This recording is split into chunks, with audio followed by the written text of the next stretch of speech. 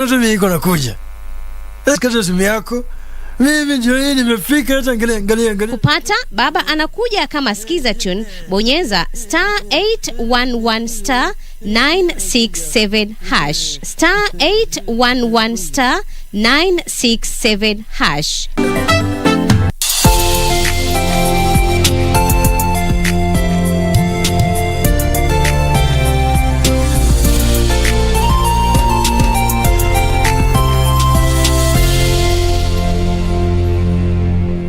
But 2021 during the morning hours and afternoon, commencing at 10 a.m. and at 2:30 p.m. in the National Assembly Chamber, main Parliament buildings, for the purposes of tabling a notice of motion on the report of the Departmental Committee on Justice and Legal Affairs on the vetting of nominees for appointment to the position of member of the Independent Electoral and Boundaries Commission, and also the tabling of a notice of motion on the report of the Departmental Committee on Education and Research on the vetting of the nominees for appointment to the position of member of the Teachers Service Commission, TSC. Also during this special sitting, there will be the tabling of any other papers with statutory timelines. Also the conveyance of any urgent messages from the National Executive or the Senate. And the National Assembly will also transact the following businesses this morning. This is according to the provisions of Standing Order 29, which necessitated this particular special sitting. There will be the first reading of various bills, among them the Sustainable Waste Management Bill 2021. The principal object of this bill is to establish the legal and institutional framework for the sustainable management of waste and to ensure the realization of the constitutional provision on the right to a clean and healthy environment. The bill is divided into 10 parts and one schedule. Part 1 of the bill provides for preliminary matters, which includes the short title of the bill, the definitions of key terms used in the bill, and the objects and general principles of the bill. Part 2 of the bill contains clauses 5 to 9, which provide for policy, coordination, and oversight of waste management. It defines the role of the Cabinet Secretary, provides for the establishment of the Waste Management Council and its functions. It also spells out the functions of the National Environment Management Authority in terms of waste management and provides for the functions of county governments.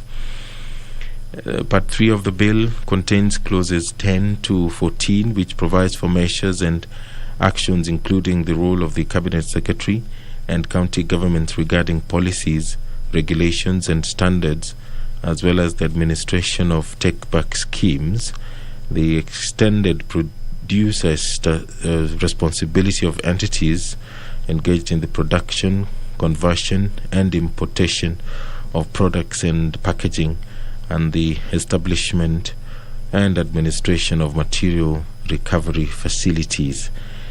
Part 4 of the bill contains clauses 15 to 19, which provides for the waste management functions of the Cabinet Secretary, accounting officers as well. If you're just joining us, the special sitting of the National Assembly is about to begin, and just as a highlight as well, there are other businesses which members of the National Assembly are engaging in. The Committee on National Administration will also be meeting this morning. It has scheduled a meeting with the Cabinet Secretary for internal security. That meeting will be starting at 10:30 a.m.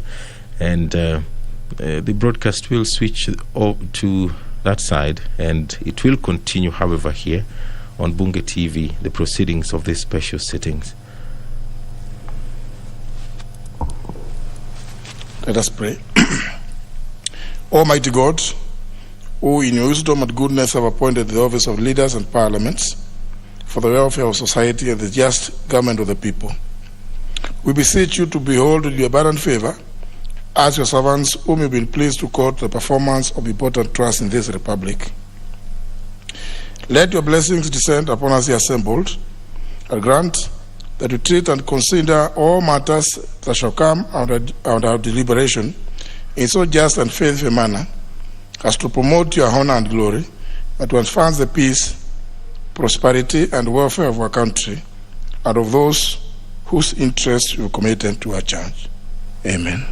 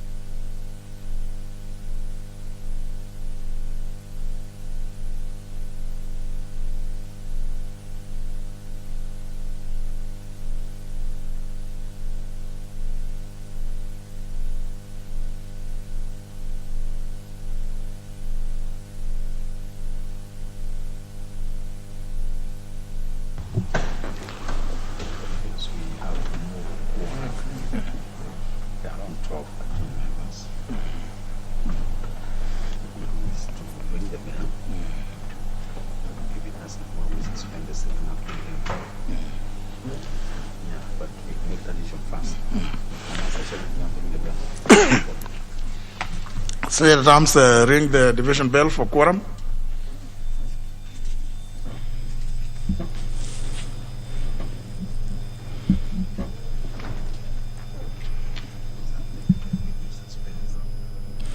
There is no enough quorum for the business of the National Assembly to begin this morning, and the quorum bell is currently being rung, and that is courtesy of the Standing Order number 34, which requires the Speaker to order for the quorum bell to be rung so that the members who are within the precincts of Parliament can take their seats in the chamber and any other place which has been designated as an extension of this assembly.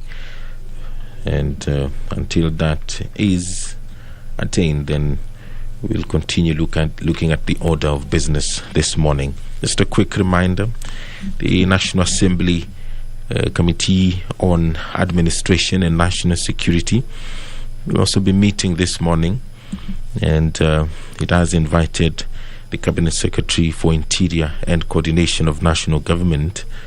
The agenda of that meeting is the provision of security services to the Deputy President. The chairperson of the committee did write to the Speaker under the Standing Order 186, subsection 2, seeking the authority to hold the meeting while the House is sitting. Back to plenary. The agenda of this special sitting is the first reading of various bills, as well as the vote on the Central Bank of Kenya Amendment Bill, National Assembly Bill number 10 of 2021. The bills which will be read for the first time this morning include the Public Procurement and Asset Disposal Amendment Bill. The purpose of this bill is to amend the Public Procurement and Asset Disposal Act to address the challenges faced by procuring entities in implementing the Act, including the multiple awards of contracts in the wake of Sections 82 and 86 of the Act. Clause 2 of the bill proposes to amend Section 2 of the Act by amending the definition of procurement profession to recognize other institutions who offer membership and professional qualification in procurement and supply chain management. Further to this, the bill proposes to introduce the definition of local contractor into the Act to pave way for the inclusion of sole proprietorship, partnerships, cooperative societies, individual consultants, associations, and groups that are registered in Kenya. Clause 3 of the bill proposes to amend Section 7 of the Act to address the training and capacity development for professionals involved in the supply chain management services (CADA) at the national level. If you're just joining us, the special sitting of the National Assembly will begin soon, hopefully, as soon as the House is able to quorate. As it stands currently, the number required for the business of the National Assembly to begin has not yet been achieved. The number is 50. And as we wait for that and the quorum bell rings, we are taking a look at the business that the National Assembly will be engaging in this morning. It will also sit in the afternoon as well, where the members will be considering and debating some special motions. One, the consideration of nominees for appointment as members of the Teachers Service Commission. That motion will be moved by the Chairperson, Departmental Committee on Education and Research. Another special motion which will be debated in the afternoon is the consideration of nominees for appointment as members of the Independent Electoral and Boundaries Commission. The Departmental Committee on Justice and Legal Affairs did conduct the vetting of the nominees whose names were forwarded to Parliament by the President, and that report will be tabled in the National Assembly, and a motion will be moved to that regard for members to finally consider the nominees who are vetted by the Departmental Committee on Justice and Legal Affairs. Efforts are aimed at ensuring that there is quorum at the Independent Electoral and Boundaries Commission, which of course will be mandated to oversee the elections come 2022. The National Assembly, if you can remember, did play a very integral role in constituting the interviewing panel, and that interviewing panel did sit and provided a short list of candidates which it considered best suited to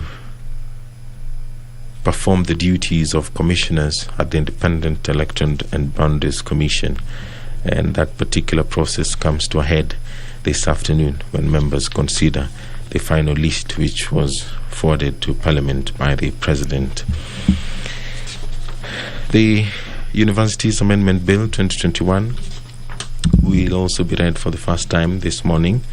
The main object of this bill is to amend the Universities Act in the provisions relating to the appointment of members of university councils and the governance of universities, and also to make new provisions with respect to the Universities Fund.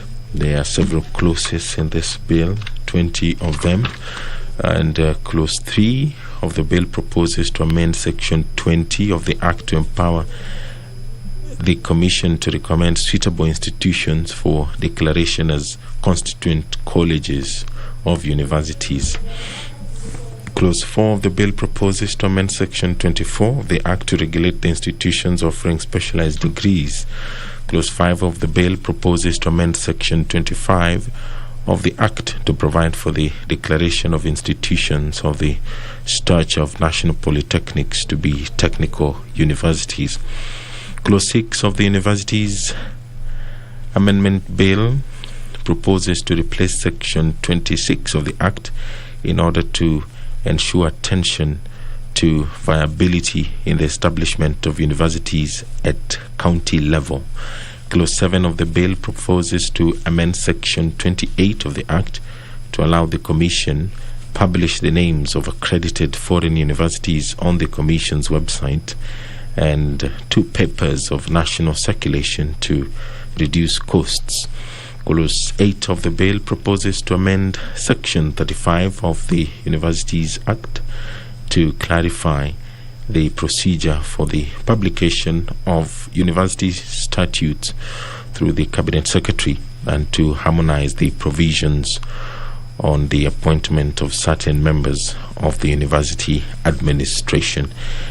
Clause 9 proposes to amend Section 36 of the Act to adjust the qualifications for appointment of chairpersons and members of university councils and to provide for staggered appointments for purposes of continuity. Another bill which will be read for the first time this morning is the National Disaster Risk Management Bill. The bill seeks to establish the Intergovernmental Council on Disaster Risk Management and the National Disaster Risk Management Authority to ensure that there is coordination of disaster risk management issues at the national and county levels. The bill further seeks to establish county disaster risk management committees in each of the counties, as the role of disaster risk management is a shared function between the national and county governments under the 4th schedule of the Constitution. To this end, the bill proposes to bring together the staff of the National Disaster Operations Center, the National Disaster Risk Management Unit, to undertake the National Disaster Risk Management. The main premise of this bill is to approach disaster risk management in a manner that seeks first to respond effectively and in a timely manner to any disaster or risk of disaster, and to prevent the adverse effects of a disaster, recover as far as may be possible the livelihood of communities affected by a disaster. That is the National Disaster Risk Management Bill, which will also be read for the first time during the special sitting of the National Assembly, which we await. The quorum bell continues to ring. The members are being lobbied to walk into the chambers, take their rightful places, and allow the business of the National Assembly to begin. It is a special sitting which was gazetted by the Speaker of the National Assembly via Gazette notice dated 30th of August 2021. The National Disaster Risk Management Bill contains various parts. Part 2 of the bill establishes the institutional framework on disaster risk management, which include the Intergovernmental Council on Disaster Management Authority, or Disaster Risk Management, as the apex body, and the National Disaster Risk Management Authority, which is to act as national coordination body on matters of disaster risk management. Part 3 of the bill contains provisions dealing with the manner in which disasters may be classified and the establishment of the Disaster Electronic Information System. Part 4 of the bill contains provisions on the institutional framework at the county level. Clause 35 establishes Disaster Risk Management Committee in each county to act as the focal point for the coordination of disaster risk management activities at the county level and to liaise with the authority. Clause 37 establishes the County Disaster Risk Management Center. There are other parts of the bill, such as the part that contains the miscellaneous provisions on protection of information held by the authority and the county committees. Quorum has been achieved. Now I will hand you over for this live broadcast of the National Assembly. Good morning. Now, of the requisite quorum, I'm sure many of you are quite aware of some statements and determinations about the importance of quorum. It has been pronounced not too long ago by the courts. You can start. Order number 1, administration of oath. Order number 2, communication from the chair.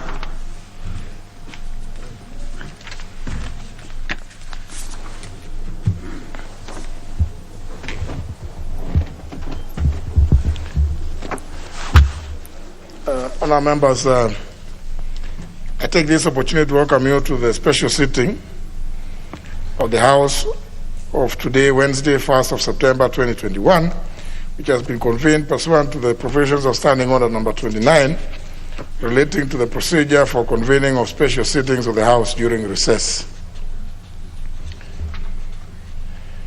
Indeed, honourable members, I wish to report to the House that on 27th of August 2021, I received a request from the leader of the majority party asking me to convene special sittings of the National Assembly to consider certain urgent business.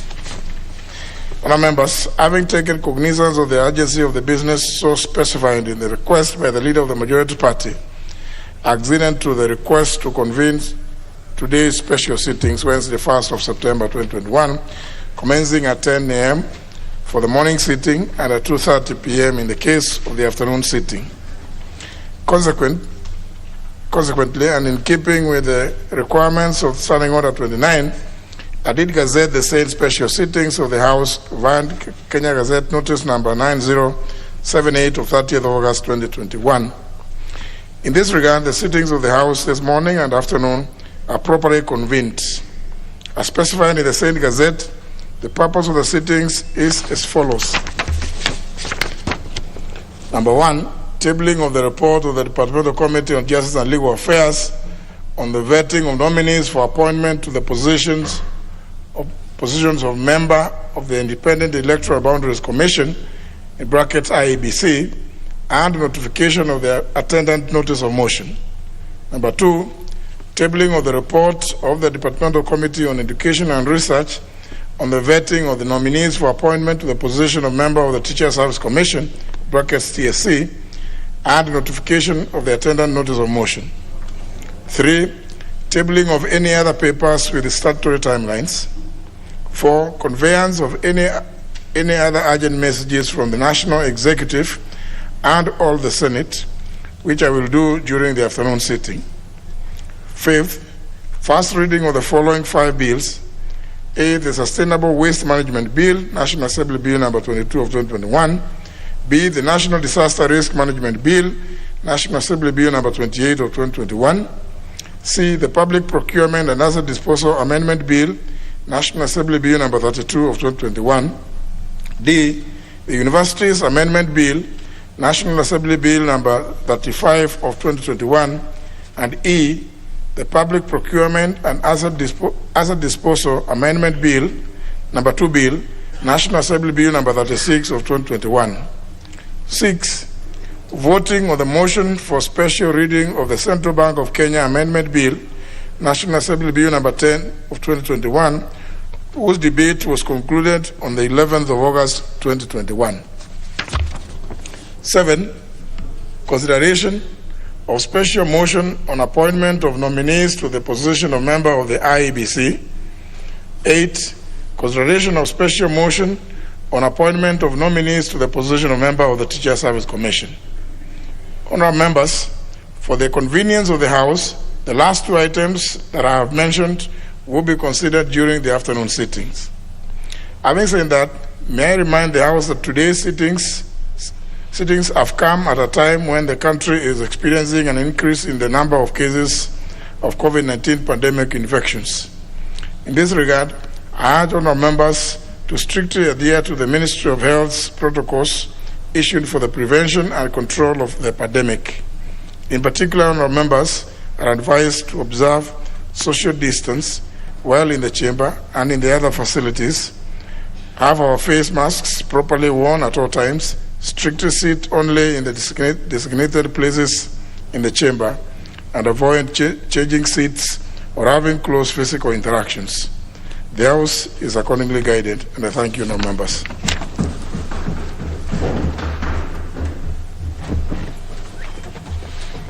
Order number 3, messages.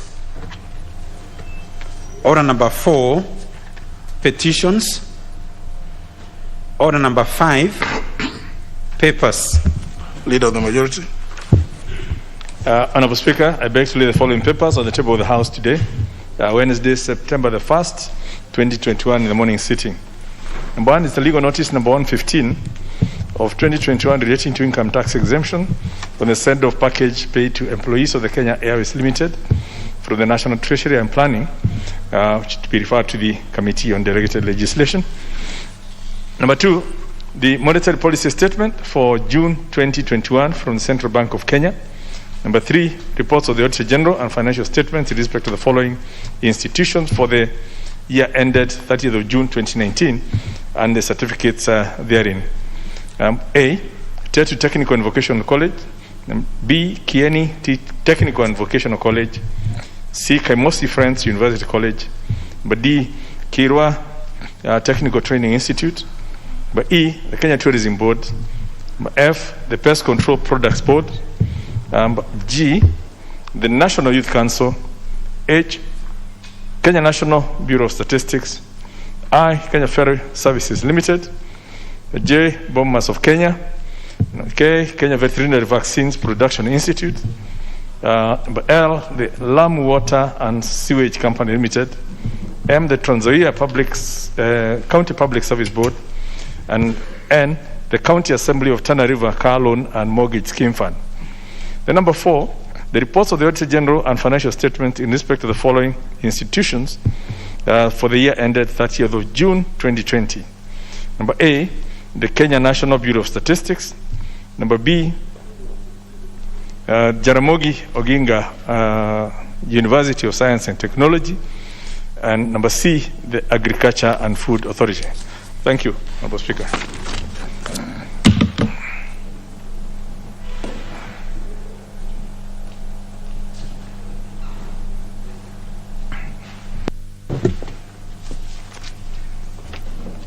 The Chairman, Departmental Committee on Justice and Legal Affairs, Honorable Muturi Kigana.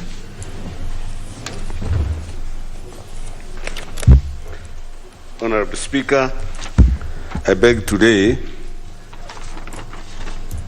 the following papers on the table of the House today, Wednesday, September 1st, 2021, this morning sitting. Report of the Departmental Committee on Justice and Legal Affairs on the approval hearings for appointment of Ms. Juliana Wonge Cherera, Mr. Francis Madenge Waderi, Miss Irene Cherop Masit, and Mr. Justus Abonyo Nyangaya as members of the Independent Electoral and Boundaries Commission. Thank you. Very well. The Chairperson, Departmental Committee on Education and Research, Honorable Florence Mutua.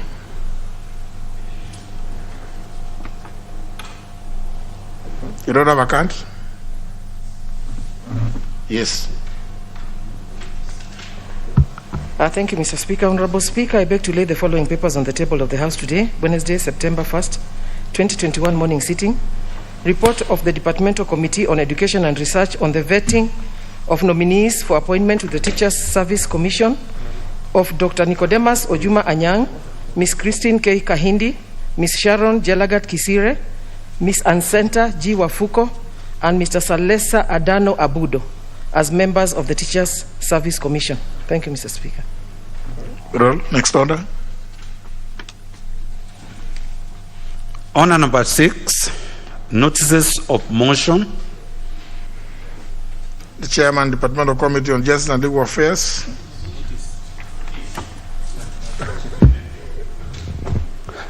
I do apologize, Mr. Speaker. Honorable Speaker, I beg to give notice of the following motion, that taking into consideration the findings of the Departmental Committee on Justice and Legal Affairs in its report on the approval hearing for the appointment of Juliana Wonge Cherera, Mr. Francis Madenga Wanderi, Ms. Irene Cherop Masit, and Mr. Justice Abonyo Nyangaya as members of the Independent Electoral and Boundaries Commission, laid on the table of the House on Wednesday, September 1st, 2021, and pursuant to the provisions of Article 250, Sub-Article 2B of the Constitution, Section 7A of the Independent and Electoral Boundaries Commission Act 2021, and Section 8, Subsection 1 of the Public Appointments Parliamentary Approval Act number 33 of 2011, this House approves the appointment of the following persons to the Independent Electoral and Boundaries Commission, namely Roman 1, Ms. Juliana Wonge Cherera as member. Roman 2, Mr. Francis Madenga Wanderi as member. 3, Ms. Irene Cherop Masit as member. And Roman 4, Mr. Justice Abonyo Nyangaya as member. Thank you.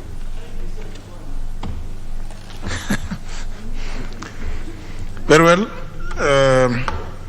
The Chairperson, Departmental Committee on Education and Research. Thank you, Mr. Speaker. Honorable Speaker, I beg to give notice of the following motion, that taking into consideration the findings of the Departmental Committee on Education and Research in its report on the vetting of nominees for appointment to the Teachers Service Commission, laid on the table of the House on Wednesday, September 1st, 2021, and pursuant to the provisions of Article 252B of the Constitution, Section 88 of the Teachers Service Commission Act 2012, and Sections 3 and 8 of the Public Appointments Parliamentary Approval Act 2011, this House approves the appointment of the following persons to the Teachers Service Commission. 1, Dr. Nicodemus Ojuma Anyang, member. Ms. Christine K. Kahindi, member. Ms. Sharon Jelagat Kisire, member. Ms. Ansenta G. Wafuko, member. And finally, Mr. Salesa Adano Abudo, member. Thank you, Mr. Speaker. Very well. Next order. Order number 7, questions and statements. None. Order number 8, the Sustainable Waste Management Bill, National Assembly Bill number 22 of 2021, first reading. An act of Parliament, a bill for an act of Parliament to establish the legal and institutional framework for the sustainable management of waste, ensure the realization of the constitutional provision on the right to a clean and healthy environment and for connected purposes. Order number 9, the National Disaster Risk Management Bill, National Assembly Bill number 28 of 2021, first reading. A bill for an act of Parliament to establish the National Disaster Risk Management Authority and County Disaster Risk Management Committees to provide a legal framework for the coordination of disaster risk management activities and for connected purposes. Order number 10, the Public Procurement and Asset Disposal Amendment Bill, National Assembly Bill number 32 of 2021, first reading. A bill for an act of Parliament to amend the Public Procurement and Asset Disposal Act and for connected purposes. Order number 11, the Universities Amendment Bill, National Assembly Bill number 35 of 2021, first reading, an Act of Parliament to amend the Universities Act 2012 and for connected purposes. Order number 12, the Public Procurement and Asset Disposal Amendment Bill number 2, National Assembly Bill number 36 of 2021, first reading, a bill for an Act of Parliament to amend the Public Procurement and Asset Disposal Act 2015. Order number 13, the Central Bank of Kenya Amendment Bill, National Assembly Bill number 10 of 2021. Question to be put. Honourable members, debate on this bill was concluded before the House went to recess, but the question was not put for second reading. I therefore put the question, which is that the Central Bank of Kenya Amendment Bill, National Assembly Bill number 10 of 2021, be now read a second time. Will as many as of that opinion say aye? Aye. As many as of contrary opinion say nay? The ayes have it. A bill for an Act of Parliament to amend the Central Bank of Kenya Act and for connected purposes. I think it's fair for any member who may have proposed amendments now during this time of the recess, then people can begin looking at that bill to propose amendments and submit them to the clerk's office.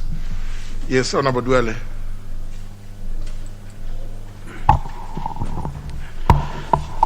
Honorable Speaker, I rise on a point of order, understanding Order 83 and 218 subsection 2, to seek your guidance on the status of bills to amend the Constitution that are at different stages of consideration by this House, and the legislative proposals that are pending before the Departmental Committee on Justice and Legal Affairs for pre-publication scrutiny.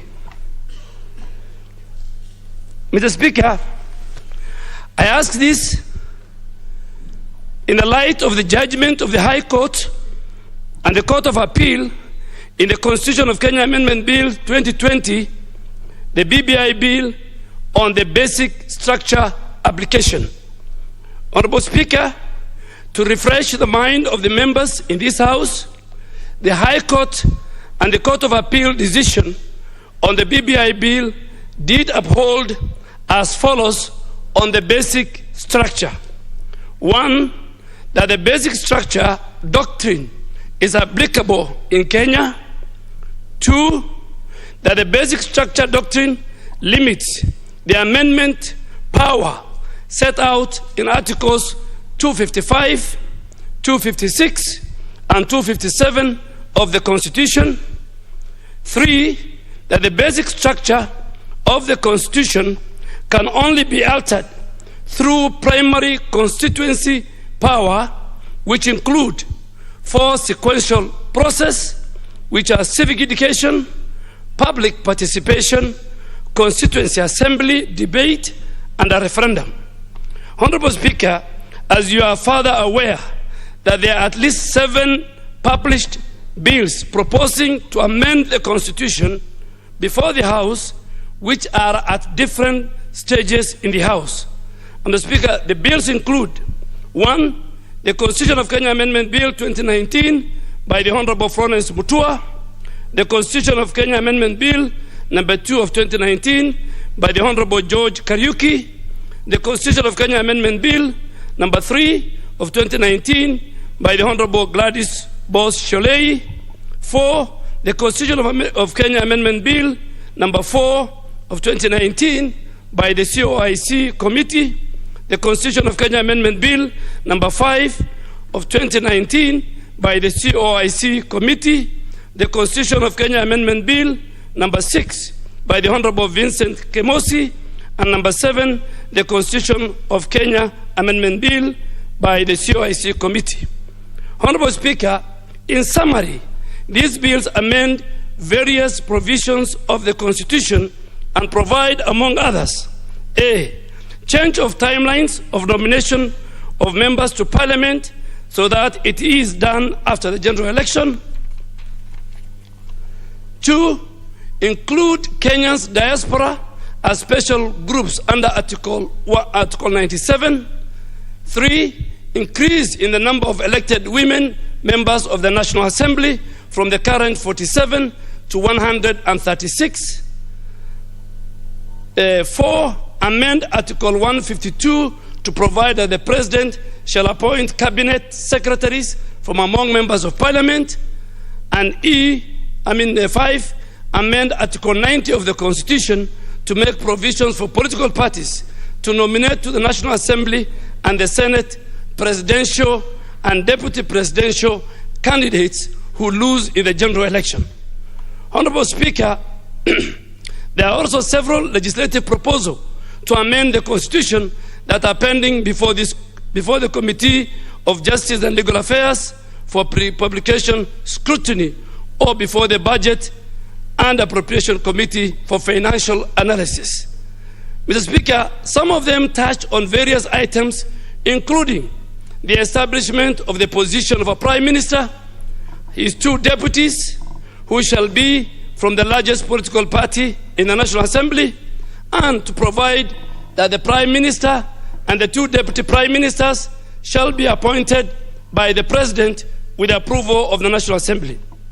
Honorable Speaker, looking at the proposals for amendment as contained in these pending bills and legislative proposals, it is clear that they contain matters that were contained in the BBI bill, which has since been declared unconstitutional. To this end, and in the light of the judgment of the High Court and the Court of Appeal in the Constitution of Kenya Amendment Bill 2020 on the basic structure, this is to seek your guidance on the following, Mr. Speaker. 1, what is the effect of the judgment on the various bills to amend the Constitution, which are at different stages in the House, and legislative proposals which are yet to be published in terms of the basic structure application? 2, Mr. Speaker, how is the question of the basic structure to be determined, and at what stage of a bill shall that determination be made? 3, could it be prudent for the House, Mr. Speaker, to suspend any further processing of these bills and legislative proposals until a determination is made on the application of the basic structure doctrine on each of them, and a legal framework on review of the Constitution of Kenya is developed? Honorable Speaker, it is notable that the courts agreed with your considered rulings, Mr. Speaker, in particular that a bill to amend the Constitution under Article 256 and 257 cannot be amended, that corrections and errors may be effected as they are not amendments, and that there is definitely a fundamental lacuna on the processes under Article 256, which is parliamentary initiative, and Article 257, amendment through a popular initiative. So, Speaker, the courts on this matter have agreed with your ruling and communication that you gave to this House. Honorable Speaker, you have ruled before that Parliament should not act in vain on a number of your rulings. And in this regard, Mr. Speaker, I respectfully hold the view that we should not spend time of this House and its committees considering bills and legislative proposals to amend the Constitution only again for the courts to fault the outcome for not following the just process due to lack of sound legal framework. Setting up the legal framework, Mr. Speaker, is the business of this House and the Senate. Honorable Speaker, so that we don't put the cart before the House or before the horse, could I be in order to request you to once again rise to the occasion as you have always done and use your powers under Standing Order number 1 and Standing Order 281-2, subsection 2, to ask the COIC, Justice and Legal Affairs Committee, to formulate a bill to actualize the provisions of Article 256 and 257 with its specificity. I ask you that, Mr. Honorable Speaker, conscious that this task could be better undertaken by a committee and not an individual member due to its magnitude and enormity. Indeed, Mr. Speaker, both the High Court and the Court of Appeal did uphold that there exists no legislation to govern the popular initiative process, including the matter in which the verification of signatures was to be conducted. Should this not be the first step, Honorable Speaker, before all these can be considered by the House? Finally, Mr. Speaker, I have in mind a bill close to the Constitution of Kenya Review Act, Cap 34 of 208, which could provide the form, among others, the legal framework for the amendment of the Constitution under Article 256 and 259, the mechanism and the responsibility of undertaking signature verification, civic education, public participation, constituency assembly debate, all found under Articles 256 and 257, among other things. So, Mr. Speaker, as a ranking member, I have seen a lot happening out there that people want to engage the House and its committees in trying to amend certain provisions of the Constitution. And Mr. Speaker, based on the ruling of the courts at both levels, it is imperative that with the introduction of the concept that the structure, the basic structure doctrine, is applicable in the amendment of the Constitution. And Mr. Speaker, to be more specific, the basic structure doctrine touches on the function of Parliament. So, Mr. Speaker, when you want to add the number of women members of Parliament from 47 to 130 plus, it touches on the function of Parliament. The basic structure doctrine within the reading of the court touches on the Bill of Rights, on the judiciary, and the executive. Those four key areas have been cited as the anchors of the basic structure document. So, Mr. Speaker, so that we don't take this House into a limbo and do a lot of stuff that will not see the light of day. Because, Mr. Speaker, we spent resources, time, and energy on this animal called BBI. And today, we are back to square zero.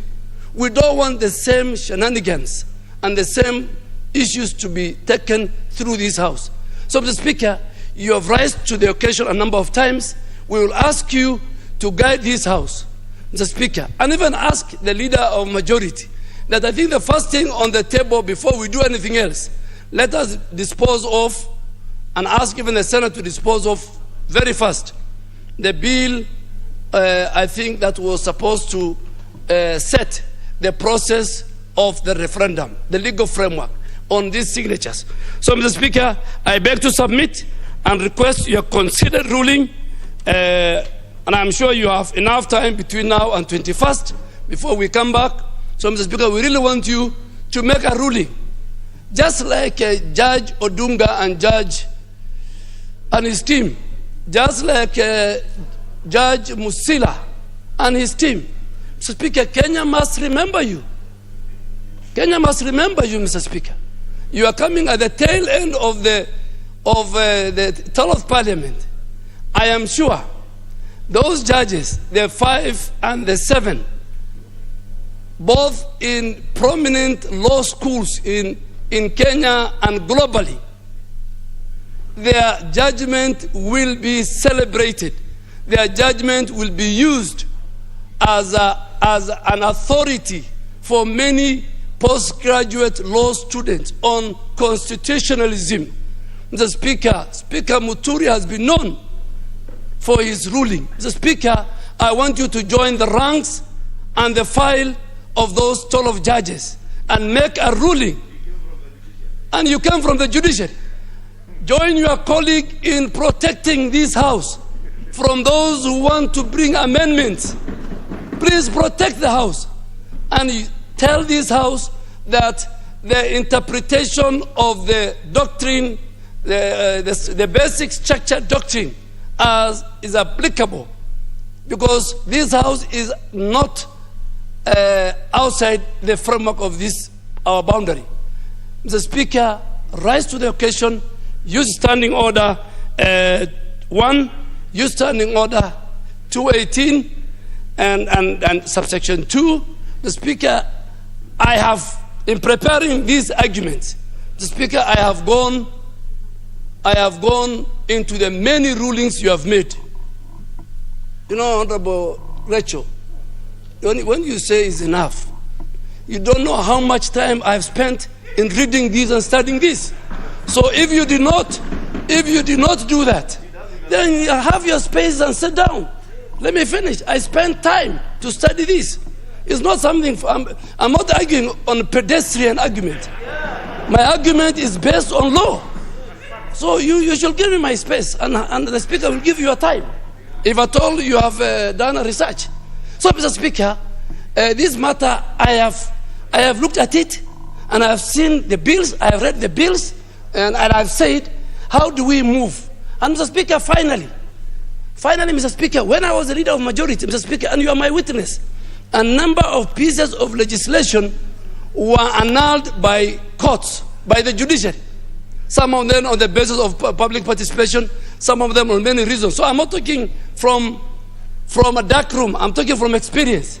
So we don't want to go and engage and use resources of this house into the shenanigans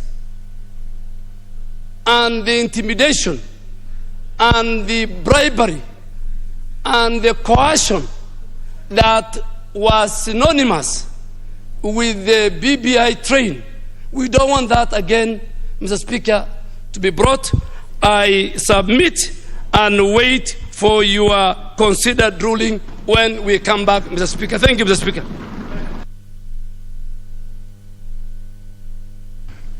Except, of course, I think the judges in both courts ought to have gone further to clarify whether the reference to the basic, the doctrine of basic structure only referred to the provisions to those requirements provided for in Article 255 of the Constitution, because if it applies to everything, then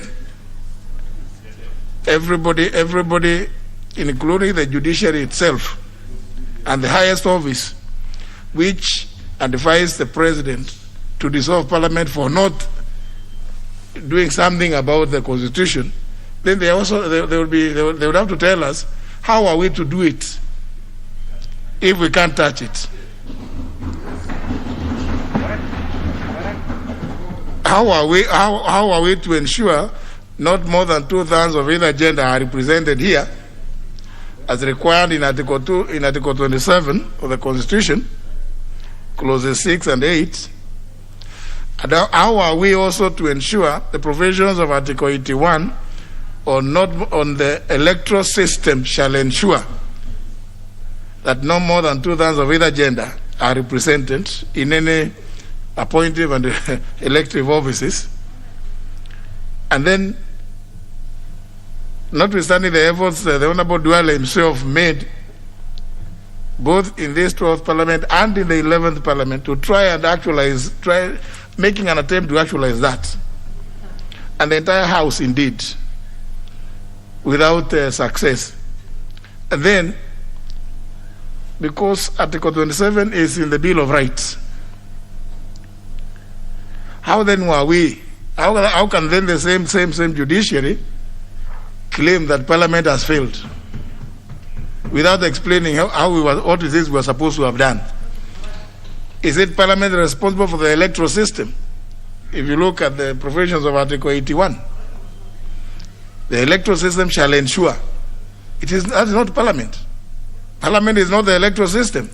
So how can somebody even proceed to advise for dissolution on a matter that does not belong to the House?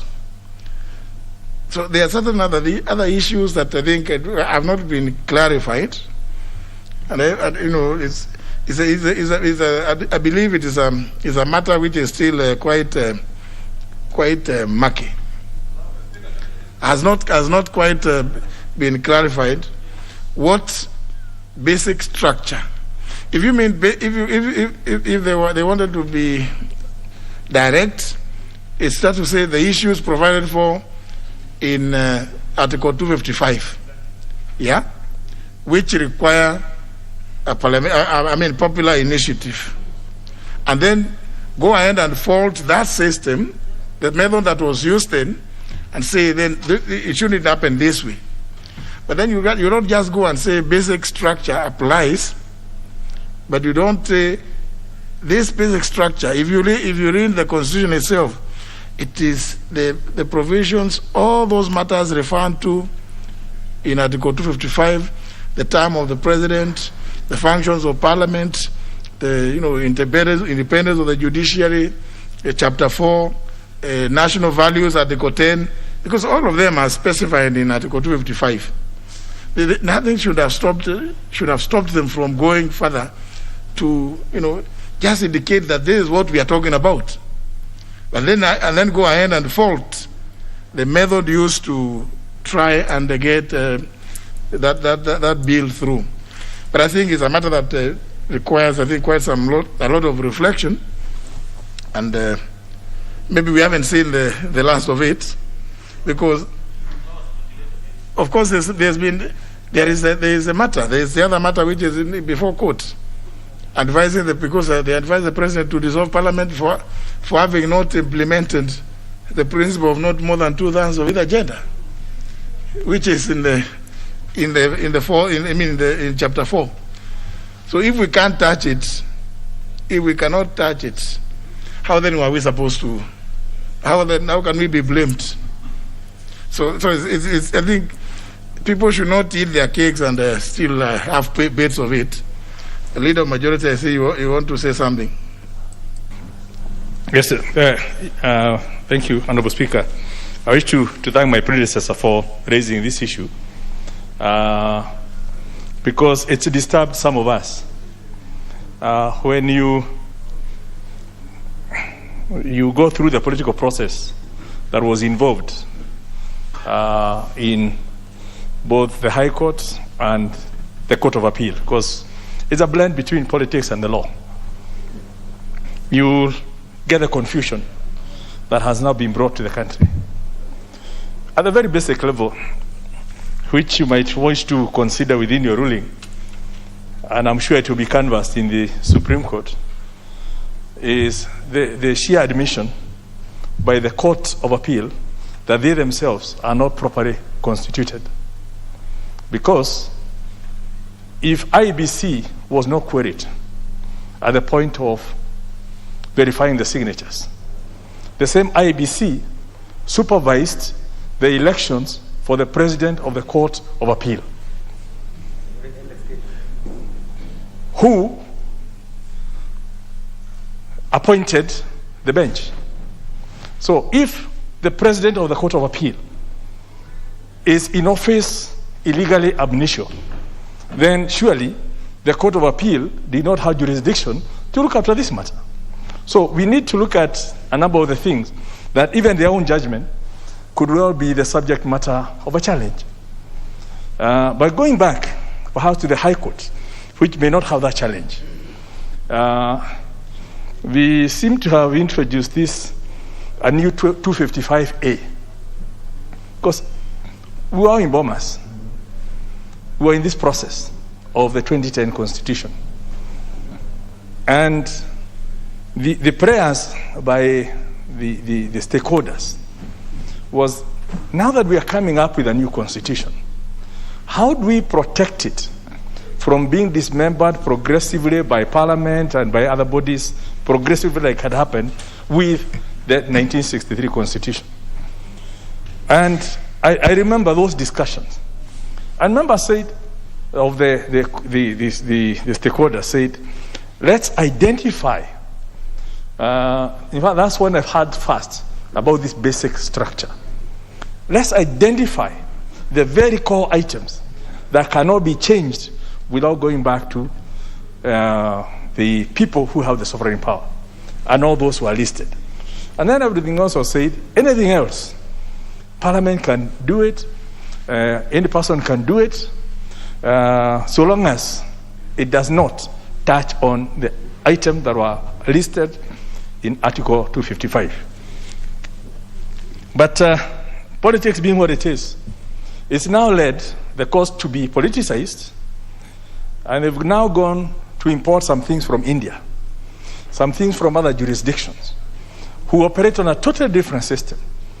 India does not have a popular initiative route. It's all through the Parliament. And hence there was justification for the courts in India to then say, this is the minimum you can do. The same thing in Canada. In fact, even in Canada, they've not quite determined, but they say a matter could be brought for challenge.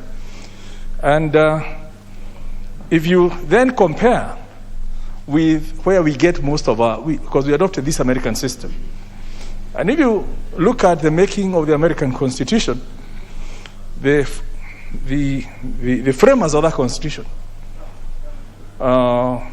in changing it from the Confederation to the Union, they looked at, now that they have this Constitution, should it be cast in stone forever? And I remember one of the quotes, the ones talking of, it should not be so easy to amend, even on frivolous grounds, yet we should not make it so rigid that when necessity calls for it, it cannot be changed. And you recall, Honorable Speaker, even when they had the prohibition amendment that barred alcohol in the US for 10 years, when it became necessary that people are needed, that it was a prohibition in futility, they then brought the other amendment to change that. So basically, there's no way you can have a constitution that is cast in stone, that cannot be amended, as what now these judges have put. Because you look at this ruling, Honorable Speaker, and we want to call you to look at it. Basically, it's saying that Parliament cannot touch anywhere. Because anywhere you touch, knowing that the whole, all the articles within the Constitution and the sub-articles are interlinked, there's no way you're going to look at one in isolation to the other. So anything you touch will then have its roots in the basic structure. So basically what the courts have, it's probably the unintended consequences of their convoluted ruling, which we respect, is that it's made it now totally impossible even for Parliament to actually touch any of the matters in the Constitution.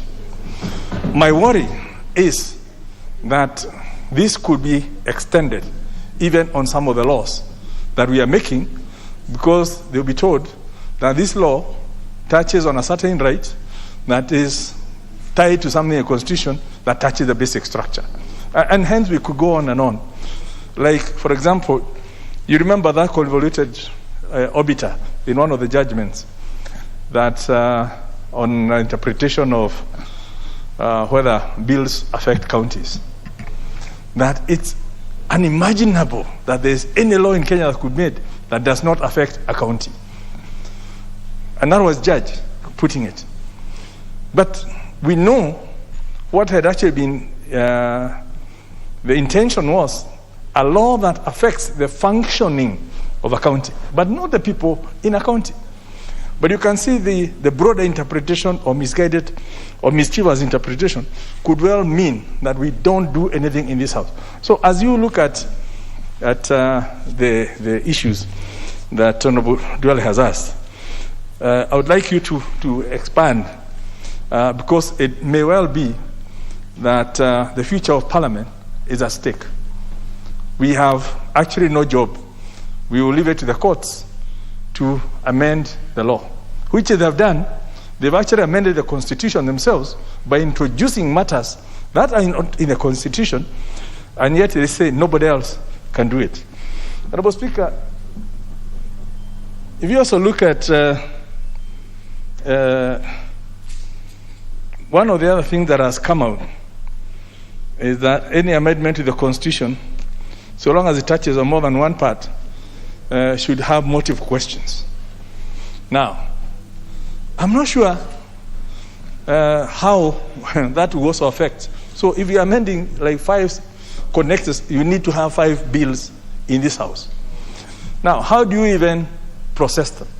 So it's actually made them so complicated, and we might have to republish all the bills that are in process, split them into like 10, 20 bills, and I'm not sure how much, whether we have that time to even go through all those things. So there's a lot of things that unfortunately we thought we would get a solution, but we seem to have dug deeper into the mark of confusion because of this. And I do hope that the parties that are proceeding to the Supreme Court would also have the future of Kenya in mind in terms of the legislative capacity of Parliament, the legislative framework through which people can change their own constitution, can change their own laws, because unfortunately, and I think it was mentioned in the courts, if the people cannot amend their constitution to fit the circumstances of the day, then we are headed to the alternative, which is setting the constitution aside and restarting afresh. And I'm not sure that's where Kenya wants to go. So I want you to exercise a lot of insight into this matter. And as you get to the House, then we look at all those so that as we come back in September, we know whether even any legislation we'll be making will be in vain. Because, Honorable Speaker, you know, it's these same courts that have declared even spent acts, the appropriation acts, the supplementary acts, the appropriation acts, and rendered them unlawful. And yet, they are part of the people who actually spent the money.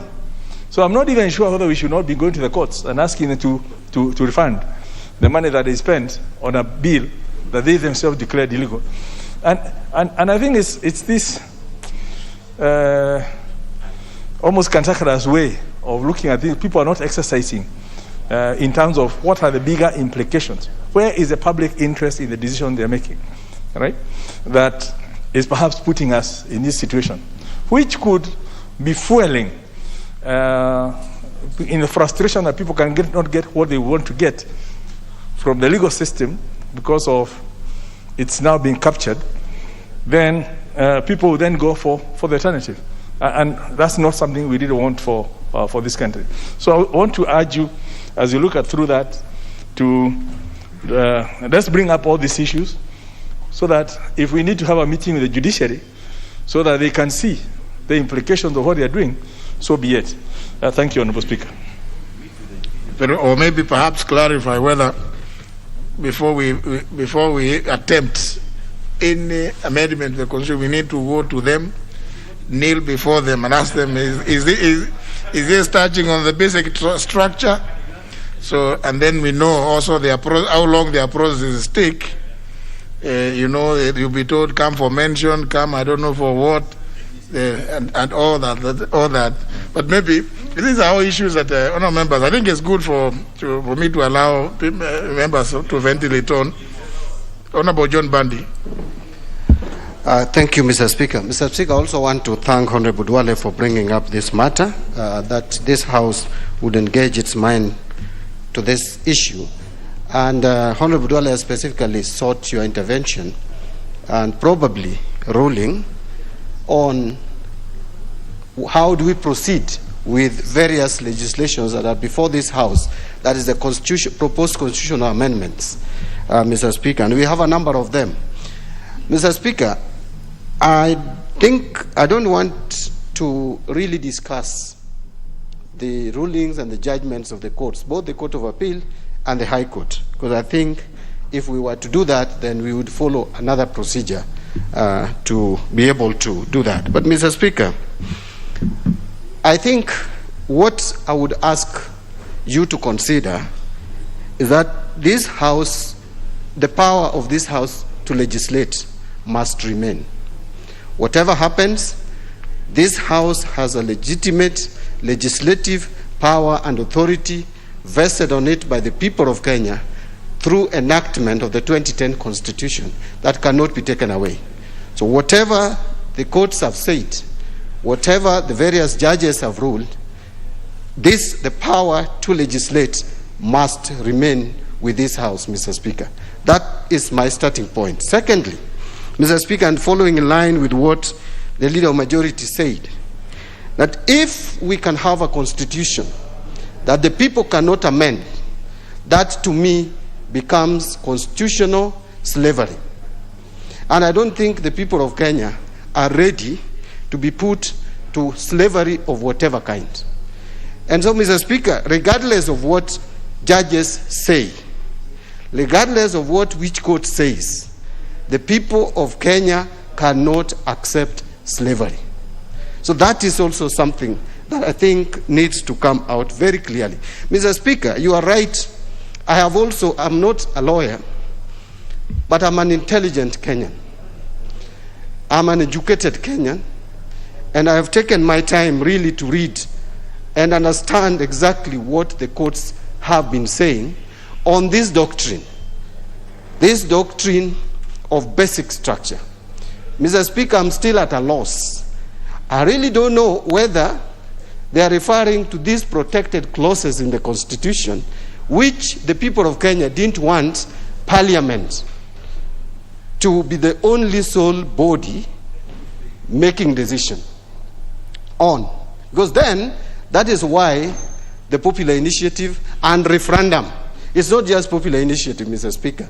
Remember, even if a legislative proposal is brought to this House and passed by this House, and it touches on those protected clauses, it would still go to the people of Kenya to decide. To me, I thought that was the best safeguards that the people of Kenya provided for themselves, so that the Constitution is not mutilated and interfered with to their detriment, Mr. Speaker.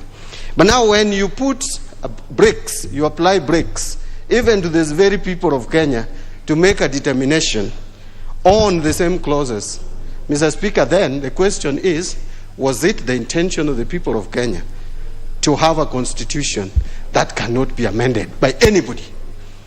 So finally, Mr. Speaker, because a lot have been said, and I really don't want to go into the substance and discuss the issues that were brought, how on earth would one imagine, Mr. Speaker, that we have a constitution that Parliament cannot amend? And we have all the parliaments in the world amend constitutions.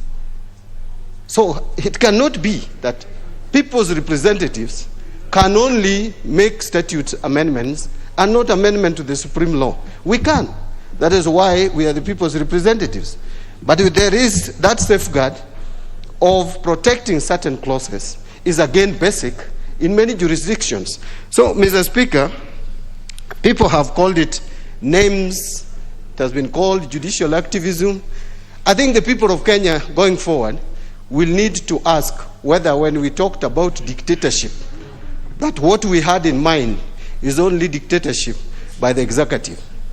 We can have parliamentary dictatorship, Mr. Speaker, where Parliament lords over other institutions. We can equally have judicial dictatorship. And any dictatorship by any arm of government Mr. Speaker, is bad. It's bad for democracy and is bad for the people of Kenya.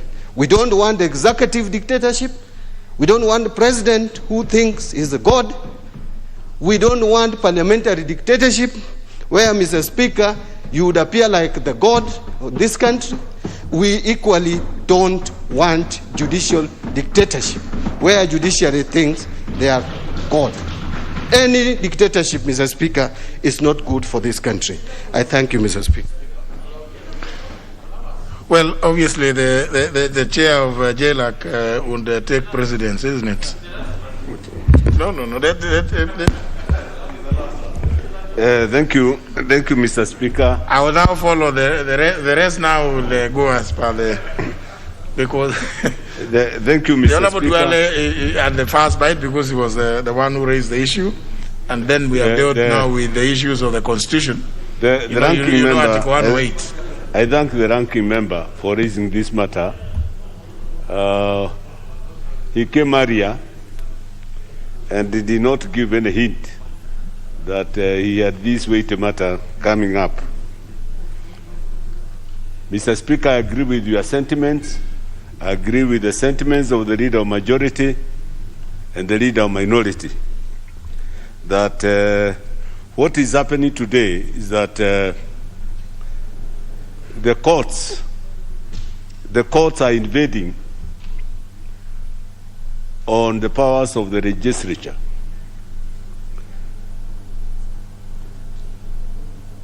They are not. They have done. They have become, with a lot of respect, they have become rogue. Because one of the most learned judge in the last century was Denning, Lord Denning. Lord Denning is known all over the world. And in his book titled The Last Word, I think all his speeches became books. But he had one book called The Last Word. And he says the courts all the time should guard with a lot of circumspection any matters touching on Magna Carta and any matter touching on the liberty of the subject.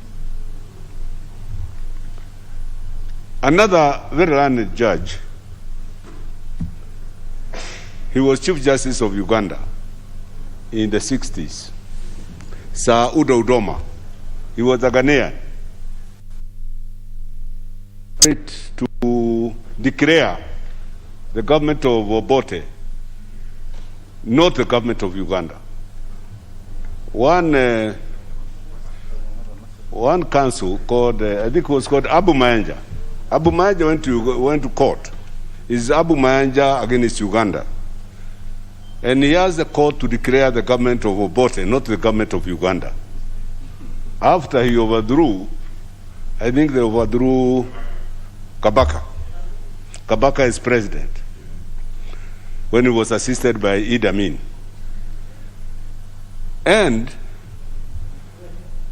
the Chief Justice, the then Chief Justice, said that he agreed with Abu Mayanja that the government of Uganda was not, that the jure was not the legal government of Uganda.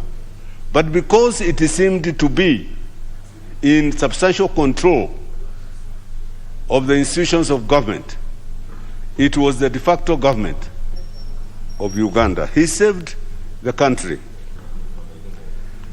Instead of judicially scrupulously looking at Article 259, Mr. Speaker, if I may refer again to Article 259 for easy reference, it states, this Constitution shall be interpreted in a manner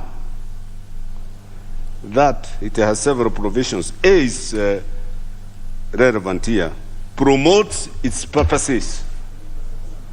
Right? And I emphasize here, I had a pin, its purposes.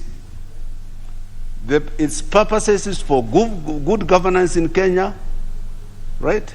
Peace and unity. Why I say they go wrong?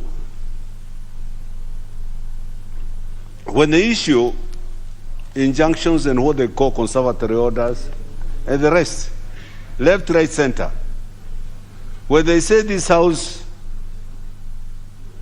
is no longer a house, it will be dissolved, what do they expect Kenya to look at?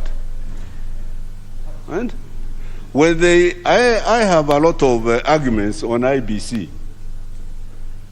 When they try to import a doctrine that is not known by our constitution and baptize it basic structure doctrine,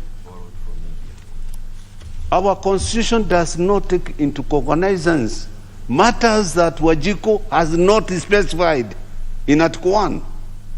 And I agree with you, Mr. Speaker, that when you say if we were to import that doctrine here, then it will intrude into Article 255. And when you go to 255, sovereignty, then again, you must go to the people. And this is the same thing they are saying. One hand, they are telling us that Wajiko had no right under the BBI to go to the people. They are therefore, what they are trying to do, the judges, are what we call approbating and reprobating. Approving one hand and reproving on the other hand. So, and as you said, eat your cake and have your cake. That is what they are seeking to. And they are inviting us to constitutional crisis. I think they are more than eager to dismantle the government. And in their effort, equally dismantle the legislature. Therefore, and again, that Article 259, I think D, says the manner in which they interpret must promote good governance. Is the interpretation in agreement with that provision of 259, good governance? So my submission here, Mr. Speaker, is that these matters, the sentiments expressed by the courts, are hollow. They have no substance. We know our duty, right? Any matters that we may not agree here with or in this house cannot be left to the court. The courts have their room to interpret the law as we legislate, not to make law. By importing this doctrine here, then I agree with you that they usurp our powers and become parliament. They become judiciary, they become parliament, and by the time they become executive. So I think, in a way, if we find, Mr. Speaker, and when you go into insights of these matters, perhaps you may find that we also have our own say, and they say this will not do, because the courts have intruded into our province in trying to legislate. And the same judge I mentioned, Lord Denny, also said, yes, the courts can interpret and make law. He himself contradicts himself. He says the courts can make law, but only when they interpret where there is total lacuna, but not in matters that touch on Magna Carta and touch on Bill of Rights. Thank you, Mr. Speaker. Honorable Chieng.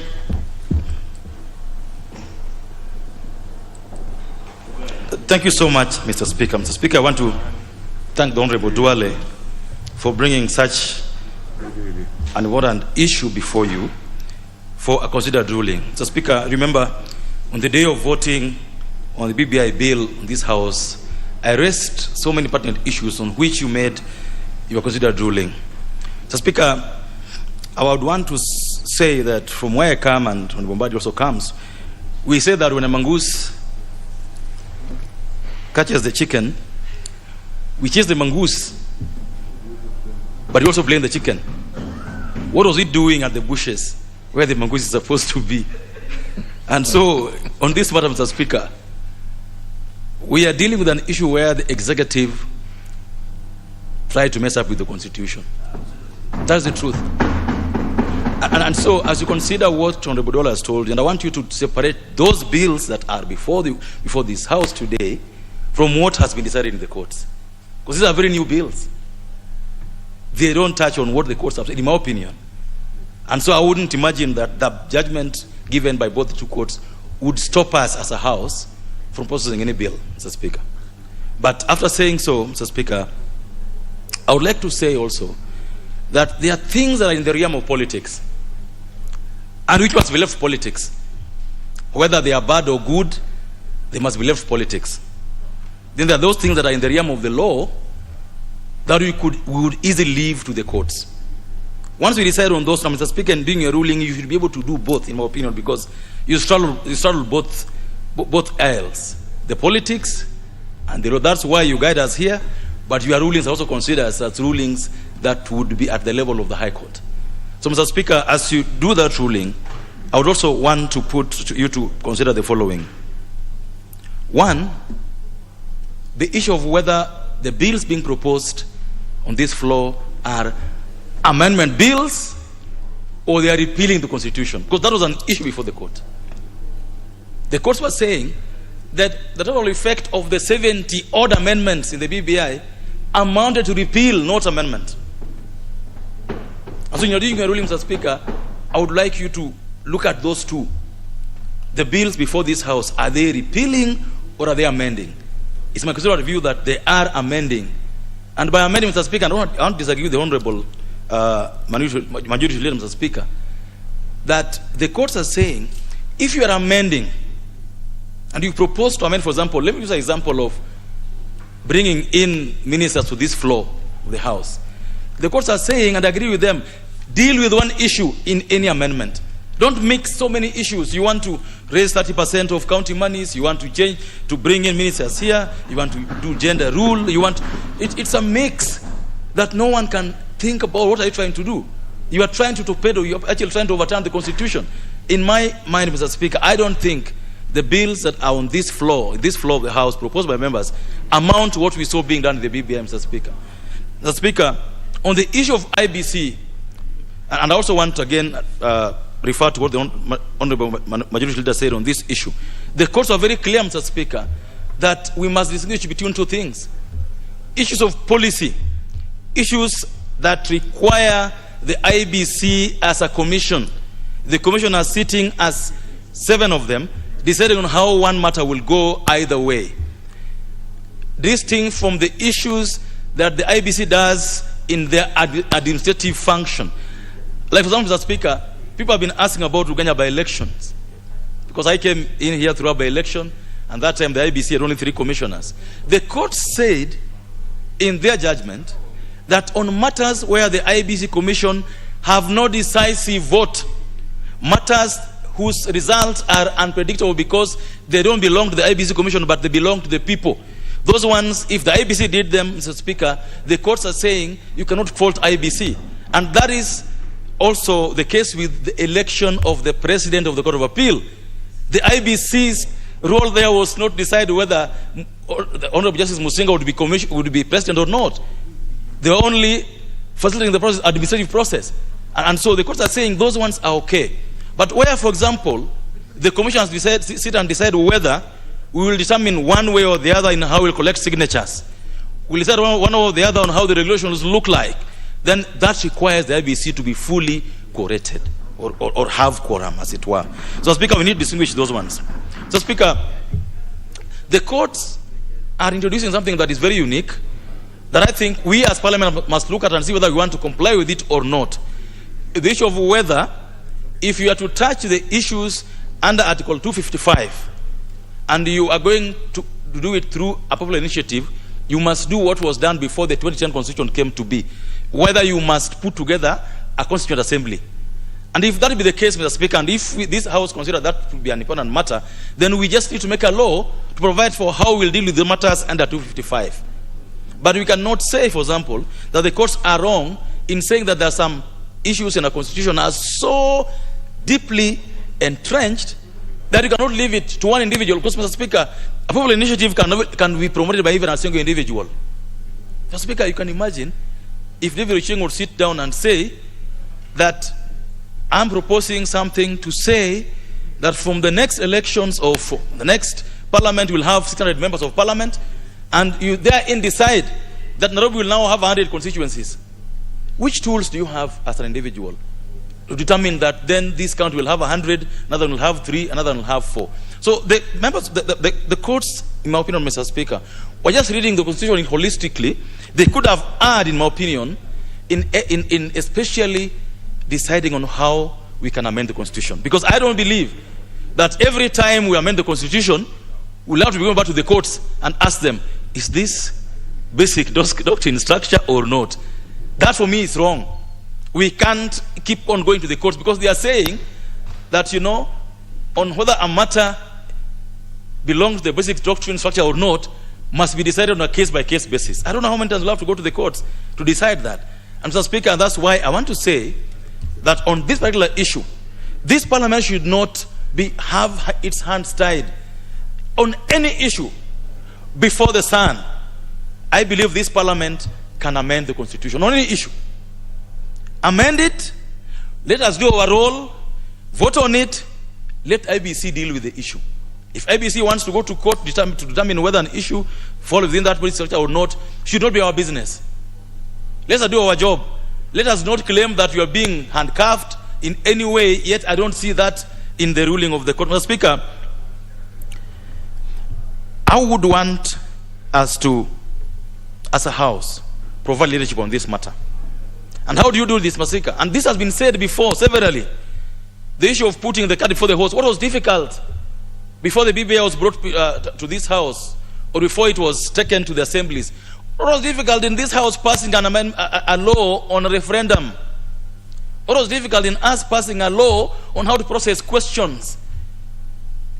So, Mr. Speaker, as you retire to do your ruling, because I heard that word a lot in the courts, as you retire to do your ruling on this, Mr. Speaker, I want you to be guided not by emotion, not by sentiment, but by good order, this constitution, and above all, respecting the role of Parliament as the only law-making authority in this country. Thank you so much. Malo. Thank you. Thank you, Mr. Speaker. Mr. Speaker, first and foremost, I want to thank Honorable Dwale for bringing that matter. Indeed, that matter, Mr. Speaker, was very fundamental. But, Mr. Speaker, this is Parliament. Our key role, Mr. Speaker, is to enact laws. We are here to legislate. Article 94 of the Constitution, Mr. Speaker, clearly stipulates that the legislative authority belongs to this House. It doesn't belong anywhere, Mr. Speaker. And under the principle of separation of powers, Mr. Speaker, under the arms of government, Parliament is there to legislate. Judiciary, its work is for purposes of interpretation.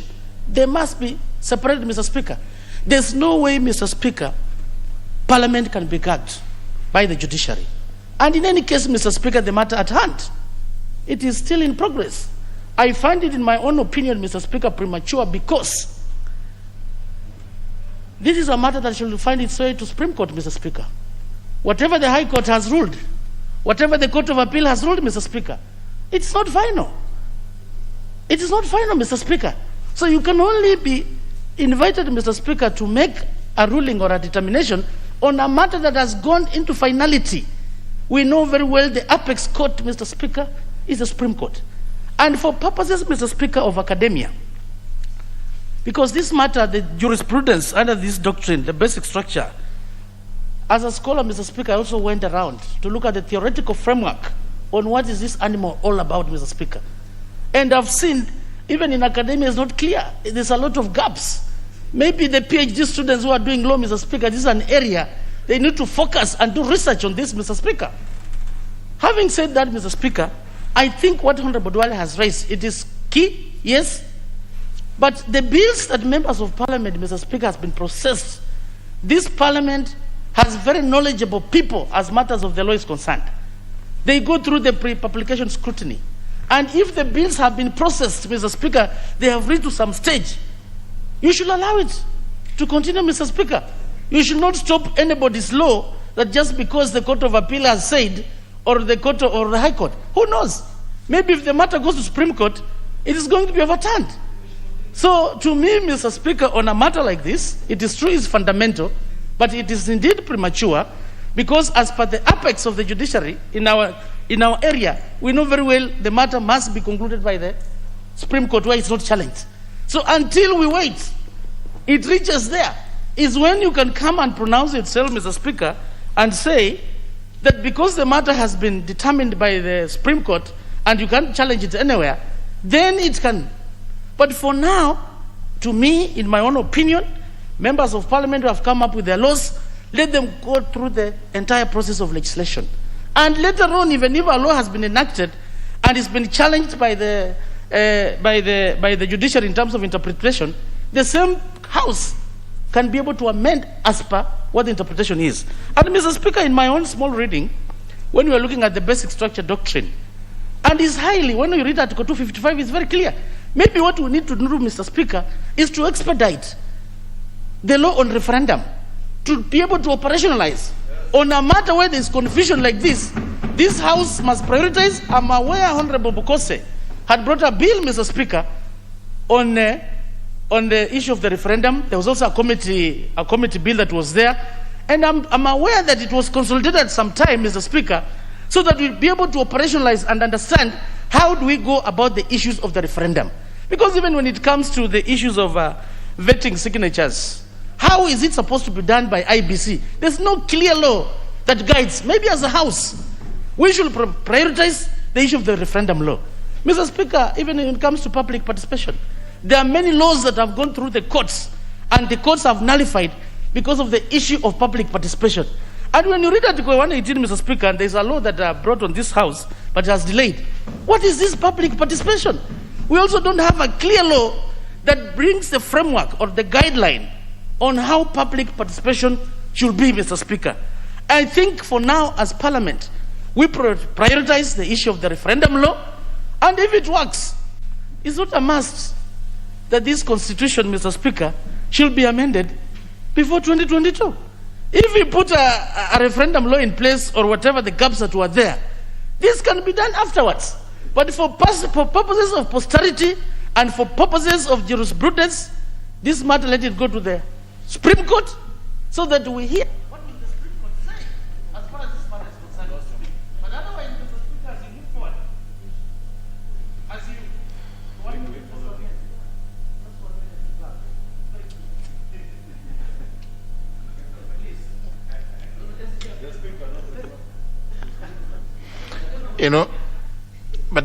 minute, honourable members, sometimes let me just, for purposes of clarity, Honorable Omalo saying that there have been very many laws that have been nullified on the basis of lack of public participation.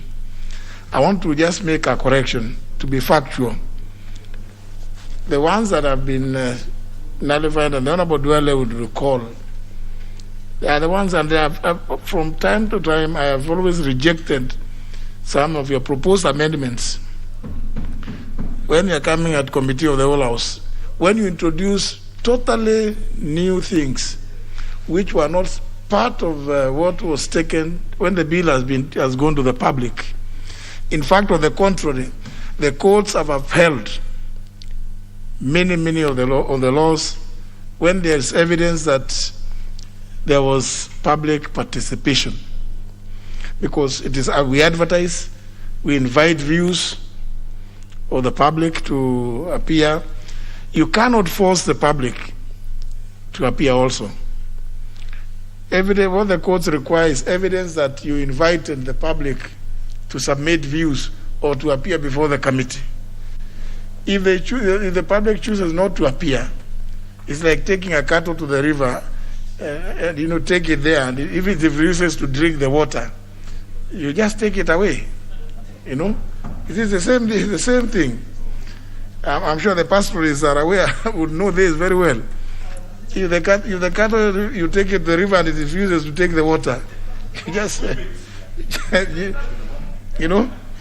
So, evidence, the courts have always held that whenever there is evidence adduced that, yes, Parliament has shown that they advertised for the public to appear or submit views, even if it's one person, or indeed if the public does not submit, what is required is that the effort, that we did not ignore the provisions of that Article 118.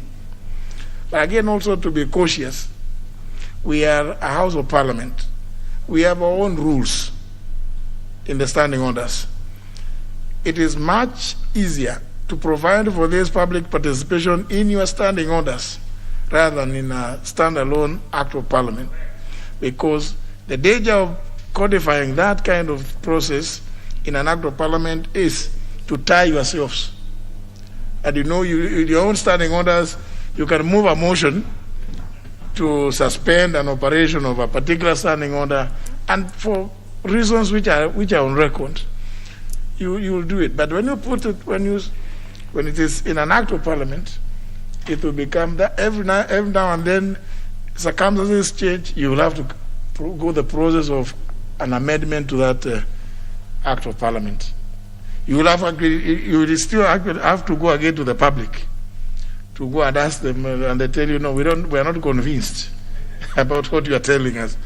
So, in fairness, I think it's good. Let's consider that because the courts have not faulted the process of public participation. The only thing they have done, and I know this, I'm speaking from knowledge, is I know some things which you members, introduced on the floor, and they were challenged by other people out there. They said, look, this bill was about this. You introduced this other stuff on the floor of the House during committee of the whole House. The public was not aware that you had to consider this, or this was to be part of this law. Those are the things that the courts have always pointed out. No, this you have gone out of your way, and that's why, from time to time, whenever there is a bill that is coming here and is going to committee of the whole House, I have to look through the various proposed amendments to see whether they go out in the scope of that proposed, that law, that bill. Because if they go out in the scope, if I allow you to come and consider it here, then it will be of no consequence. You will be happy that it has passed here, but it will run the risk of being outlawed or being annulled by the courts. But and that's something that we really we can always be on the guard. The courts have not been in any way gagging the House, because as I think one of you pointed out about you, Honorable Chris Wamalwa, about Article 94, that indeed you are the House that legislates, but sometimes with the assistance of the other participants. You know them. Honorable Ishungwa. Thank you, Honorable Speaker, for the opportunity to add my word on this matter. Let me also begin by thanking the Honorable Duale for raising the issue, because, as he indicated, it's quite a substantive matter that needs your very considered guidance, Honorable Speaker. But I want to identify myself more with what has been said by the Honorable Member for Ugenya, that indeed what the court was doing was creating a clear distinction between the repeal of the Constitution and constitutional amendments. And I think what we are involved in with the legislative bills before the House are actually amendments to the Constitution and not a repeal of the Constitution. Honorable Speaker, I've also listened, and quite a number of the honorable members have tried to belabor the point that the courts may have erred, and I'm not saying that the courts are angels, that they cannot make mistakes. They could make mistakes, and that is why we have the Supreme Court, and the parties involved in this matter still have the right and the opportunity to converse the issues that are before the courts, or that were before the High Court and the Court of Appeal in the Supreme Court. Honorable Speaker, my own reading and understanding of that judgment, and especially on the doctrine that has been raised on the basic structure, and I just want to join Honorable Mbadi by saying that I'm not a lawyer, but like him, being an accountant and an intelligent Kenyan, as he said, we are able to read and decipher what basically forms the basic structure of a constitution, or even the basic structure of a building like this, Honorable Speaker. And it is those things that hold a structure like this, even this chamber together, Honorable Speaker. The pillars that hold this structure together is what the Constitution is, or the doctrine is calling the basic structure. That there are those particular pillars that the judges have identified, and we do not need to say that they're importing things from India, Honorable Speaker, because everything has its own basic structure. And even our Constitution, Honorable Speaker, I want to identify with the judges that it has a basic structure that holds the country and the Constitution and our republic together. And Honorable Speaker, if you listen to the judges, they mention particular things, Honorable Speaker, that they spoke to. And those things, Honorable Speaker, listening to Justice Musinga, the President of the Court of Appeal, he, for instance, gave the example of the question that Kenyans voted on in 2010. And he asserted that Kenyans chose and elected to have a pure presidential system. And therefore, if you are to touch on the system of governance and move from a pure presidential system to a hybrid or a parliamentary or some mongrel sort of system of government, then you are touching on the basic structure that Kenyans elected to govern them in 2010, Honorable Speaker. Honorable Speaker, I want to avoid the temptation that I have seen with a number of my colleagues to condemn the judiciary, Honorable Speaker, and the courts because of their ruling. Honorable Speaker, I want to say that it is not the courts, Honorable Speaker. It is not the judiciary. It is a 2010 constitution that is protecting and fighting for itself. The judges are only re-emphasizing that Kenyans elected a constitution where we sought to have the independence of the judiciary. Kenyans elected to have an independent legislature. And Kenyans elected that at no time, Honorable Speaker, should we introduce an ombudsman that will interfere with the independence of the judiciary. And Kenyans elected to have a free and independent legislature that the executive will not capture, Honorable Speaker. Therefore, when the Constitution protects the legislature from the executive capture and state capture, Honorable Speaker, we cannot blame the judiciary. We cannot blame the courts. We can only laud the 2010 Constitution, Honorable Speaker. And I want to ask, even as you make your considered ruling, Honorable Speaker, to look at those basic things, the question of the independence of the judiciary, independence of the legislature, and the Bill of Rights. Because those are the issues, if you listen to the judges, they were speaking to, Honorable Speaker. If you dwell your considered ruling on that, Honorable Speaker, you may find that many of the amendments that we have before the House, Honorable Speaker, we do not need to refer to the judiciary, as been said by other members. We do not need to ask anybody for permission to amend. But if anybody, whether you are a president or the people's president or whoever you think you are, you cannot interfere with the independence of the judiciary, the legislature. You cannot interfere with the Bill of Rights of Kenyans, Honorable Speaker, and the Constitution will fight and protect for itself, Honorable Speaker. And I want to beg that even as you consider your ruling, Honorable Speaker, to look at those three issues on the independence of the judiciary, the Bill of Rights, the independence of the legislature. Honorable Wandai. Mr. Speaker, let me add my voice to this very critical issue. And I want to thank the Honorable Dwale for having raised such a matter of great significance. Mr. Speaker, for starters, the court rulings, both the High Court and the Court of Appeal rulings on the matter of the BBI, even though some of us disagree with them very strongly, they, as we speak, now form part of our laws, Mr. Speaker. But again, as the courts would say, we must take judicial notice of the fact that there are parties out there who have expressed intentions to appeal the Court of Appeal judgment, Mr. Speaker. And therefore, the matter is not yet settled unless and until the Supreme Court pronounces itself on it. And Mr. Speaker, if we go back to Article 95 of the Constitution, specifically Article 95, my eyes, as Article 95, Subarticle 3, in terms of the role of this House, the National Assembly specifically. This House enacts legislation in accordance with Part 4 of that chapter. Of course, we know the procedures. Mr. Speaker, what I'm saying in short is that this House cannot abdicate its responsibility, its constitutional responsibility, even in the face of those two judgments by the two courts.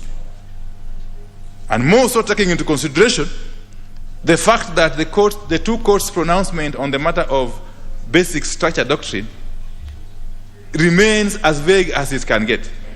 Mr. Speaker, ambiguity is something which is highly frowned against in law. And even as up to now, Mr. Speaker, no one for sure can say with certainty what the court meant by implying that you cannot amend the Constitution if the amendments touch on the basic structure.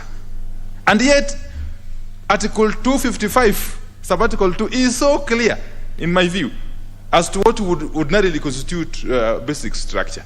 What was so difficult in the courts restating really clearly that these are the areas you should not touch, as indicated under Article 255, Subarticle 2.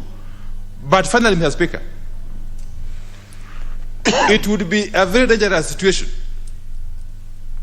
for us to take a position that we cannot touch the Constitution by way of amending it, either through this Parliament or through popular initiative. Because that is what has brought anarchy and chaos in many countries, Mr. Speaker. Mr. Speaker, at the moment it becomes clear that it is near almost impossible to amend the Constitution, people will be tempted to look for alternative ways to bring change. If you cannot bring change through a constitutional process, you will be tempted to look for extra constitutional means to bring change. And you've seen, Mr. Speaker, in countries where military juntas have taken over, the first thing they do is suspend the Constitution. Because to them, the Constitution is an impediment to the changes they intend to effect. And therefore, we should treat this matter with a lot of seriousness. And as you retire to make your judgment or a ruling, please put into consideration all those factors. Thank you, Mr. Speaker. Honorable Nyamai. Thank you, Honorable Speaker. I would like first of all to thank you very much for giving me this opportunity to make a comment, and start by saying that as the Honorable Duale was speaking, I was consulting with my colleague from Wajir who has just left. We were whispering, and I think it is allowed that we consult in low tones. So if he heard what I was saying, then I do not mean to disrespect him or disrespect this august House which I was elected to. Mr. Speaker, first of all, the matters that the Honorable Duale has raised are weighty, and they are worth your considered opinion, direction, and ruling. Mr. Speaker, I was just wondering aloud as the Honorable Duale spoke, and I listened carefully to what the Majority Leader said. And I have listened to all the honorable members who have raised matters on this subject. And I can hear all of us wondering whether there is a possibility of this House being remotely controlled by another institution somewhere. And Honorable Speaker, I would like you, as you read through what the Honorable Duale has raised, and also the comments that others have given, to ensure that this House is not gagged. As he spoke, Honorable Duale raised the issue of the time that this House spends in dealing with legislative proposals, bills that are brought to various committees. And I was just thinking about what has already been brought by various members to the CIOC committee, which is chaired by my colleague who is seated here. And the question is, when a member is raising a legislative proposal or a bill, they do it with a purpose. And so far, a lot of resources and time for this House has been put in this. Is it a solution to say, then let us drop everything because we are listening to another institution at another level? So, Honorable Speaker, I would like to say that kindly consider this and as you give your guidance. And also the matter that has been raised in Honorable Duale's statement and also raised by the courts. And I'm so careful not to touch on matters, even those that seem to have been concluded by the courts. But the question is, why is this doctrine issue being introduced in this House at this time? Bearing in mind the sensitivity of it. Is this doctrine that they mentioned, is it a foreign word within our constitution, or it is a matter that we can prosecute?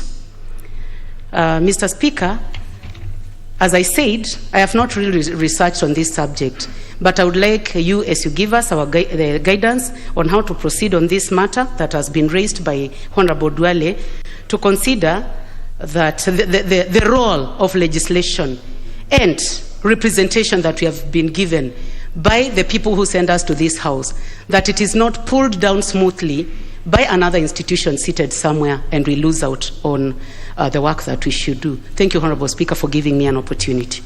Honorable Seli. Thank you, Mr. Speaker, for this chance to also give my thoughts on this. I wish to thank the Honorable Duale for bringing up this matter. Mr. Speaker, even as you bring us your considered opinion on this matter, perhaps you need to keep in mind that what has happened with the courts is that they have virtually blocked any popular initiative, because there's no way Wanjiku, Nekesa, Mora will raise the capital to be able to do all those things the court said they should do in order to have a popular initiative. So that avenue is more or less closed. So the only avenue open now is the parliamentary initiative. So, Mr. Speaker, when you give your opinion, please consider that that is perhaps the only avenue left for us to amend the Constitution and allow these bills to run their course. Some of those bills might then require a referendum. Some of them might not. So I think, Mr. Speaker, it would be good to let those bills run their course in the House. Because, Mr. Speaker, we are not foreigners in this country. The judiciary did not come from Mars. The judiciary is part of this country. And we must accept that whatever vicissitudes the rest of the country goes through, those things also affect the judiciary. So like when we talk of impunity, corruption, tribalism, they also affect the judiciary. The judiciary is part of us. So we should not behave like the judiciary is a different animal from Kenyans. The judiciary is Kenyan judiciary. What ails Kenya also ails the judiciary. So we should keep that in mind, to realize that we should also be very awake, Mr. Speaker, to realize that there has been a push and pull between the judiciary and the executive, the judiciary and the legislature to an extent, such that the judiciary has thrown out some acts of parliament passed by this legislature. The judiciary has annulled many appointments by the executive. So there's been that push and pull. So we cannot pretend that those things are not happening. They are happening. Because when we go back to this basic structure issue, when you say that pure presidential system is part of the basic structure, I start wondering whether some people have just landed from Mars. Because the Constituent Assembly that was bombers did not recommend a pure presidential system. This pure presidential system was a creature of some people in Naivasha. It was not from bombers. So if we base on it to say this is the basic structure, and one of the main amendments of it was to get what came from bombers from the Constituent Assembly. So it's a bit vexing if we keep on accepting that we should always sort of bow down to the judiciary. I think we should be collaborative. We should work in tandem, not antagonistically. So, Mr. Speaker, when you do make your ruling, I hope you will take all these things into consideration, because we don't want a situation where everybody is at war with the other. Because as Honorable Badi said, the person most best placed to be a dictator is the judiciary. They can annul everything the executive does, they can annul everything the legislature does. And we don't want that to open that kind of avenue. So with your considered ruling on this, I hope that you'll take all this into consideration so that we don't create a more acrimonious situation than we already have. Thank you, Mr. Speaker. Honorable Nyikal. Thank you, Mr. Speaker, for giving me this opportunity. And may I also allow Honorable Dwale for bringing this. It's such an important issue as raised that maybe if it would have been a motion that we discuss and resolve, probably that would have been faster. But that may be within the purview of what your recommendations will be. But Mr. Speaker, to me what I see is that actually we are in the process of implementation of the Constitution, and that perhaps there are still certain areas like where we got ourselves now that we have not looked up. So it looks to me like it's very important that the COEC, the Committee on Implementation of the Constitution, should constantly look at our Constitution and bring out areas where there are gaps that would create problems if they were to be handled at a time of a crisis when interests are high. I think that is the basic issue that came. Because, Mr. Speaker, when I saw what went in court in the whole issue of BBI, it was to a large extent process. How does Wanjiku start a popular initiative? And I think that was the main issue.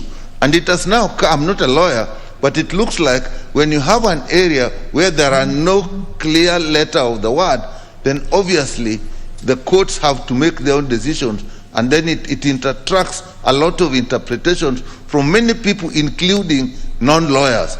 So then we are saying we need to have those clearly stated somewhere. Mr. Speaker, it's also sad because when you get to that issue, that situation, then the contents of the issue, such as the contents of the BBI, gets lost in the process. And once that happens, then the whole process gets politicized. And it is now easy to see it in terms of pro and against instead of the content of what is being discussed. So, Mr. Speaker, the only content I saw here was the doctrine of basic structure. But this word has become so popular. I'm not a lawyer, but it has become so popular. It's so romantic that it looks like something that if you touch, you can't touch it. I cannot imagine myself also that the people will come together, create a constitution, and then they are told, this constitution you created, even you can't touch it. How can that be? I think even in our constitution, the provisions that said, if you want to do this, this, and this, you go through a referendum, to some extent, really gave what those the basic structure are. And that is probably what we should have used.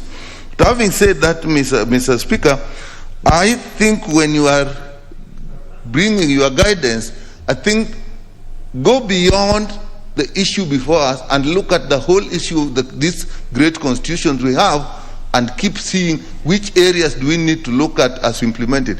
Even if you think every day, even the functioning of government, the relationship between the county and the national government, we constantly find ourselves where we are not clear what should be done. I think that's okay, because it should be a living document, and we have a structure for looking at it. That's what we should look at. Now, this issue, I also think that as you go around it, Mr. Speaker, as you go give us guidance, I personally think that we should actually let the process go to the Supreme Court. My argument for that is, let us hear what the judges are saying, what they said in the High Court, what they are saying in the Court of Appeal, and what they are going to say in the Supreme Court. We then take all those issues that they're bringing, and they will guide us as a House to then get the Constitution, the processes and the procedures that we need. Thank you, Mr. Speaker. Honorable Kioni. Thank you, Mr. Speaker. For the opportunity to say one or two things, I want to open my statement by reading what Justice Fatuma said. If amending the Constitution is too difficult, it may lead to revolutionary tactics to bring about changes. Those who make peaceful revolution impossible will make violent revolution possible. Mr. Speaker, at the beginning of this term, with your permission, we went and visited Brazil as a committee of CIOC.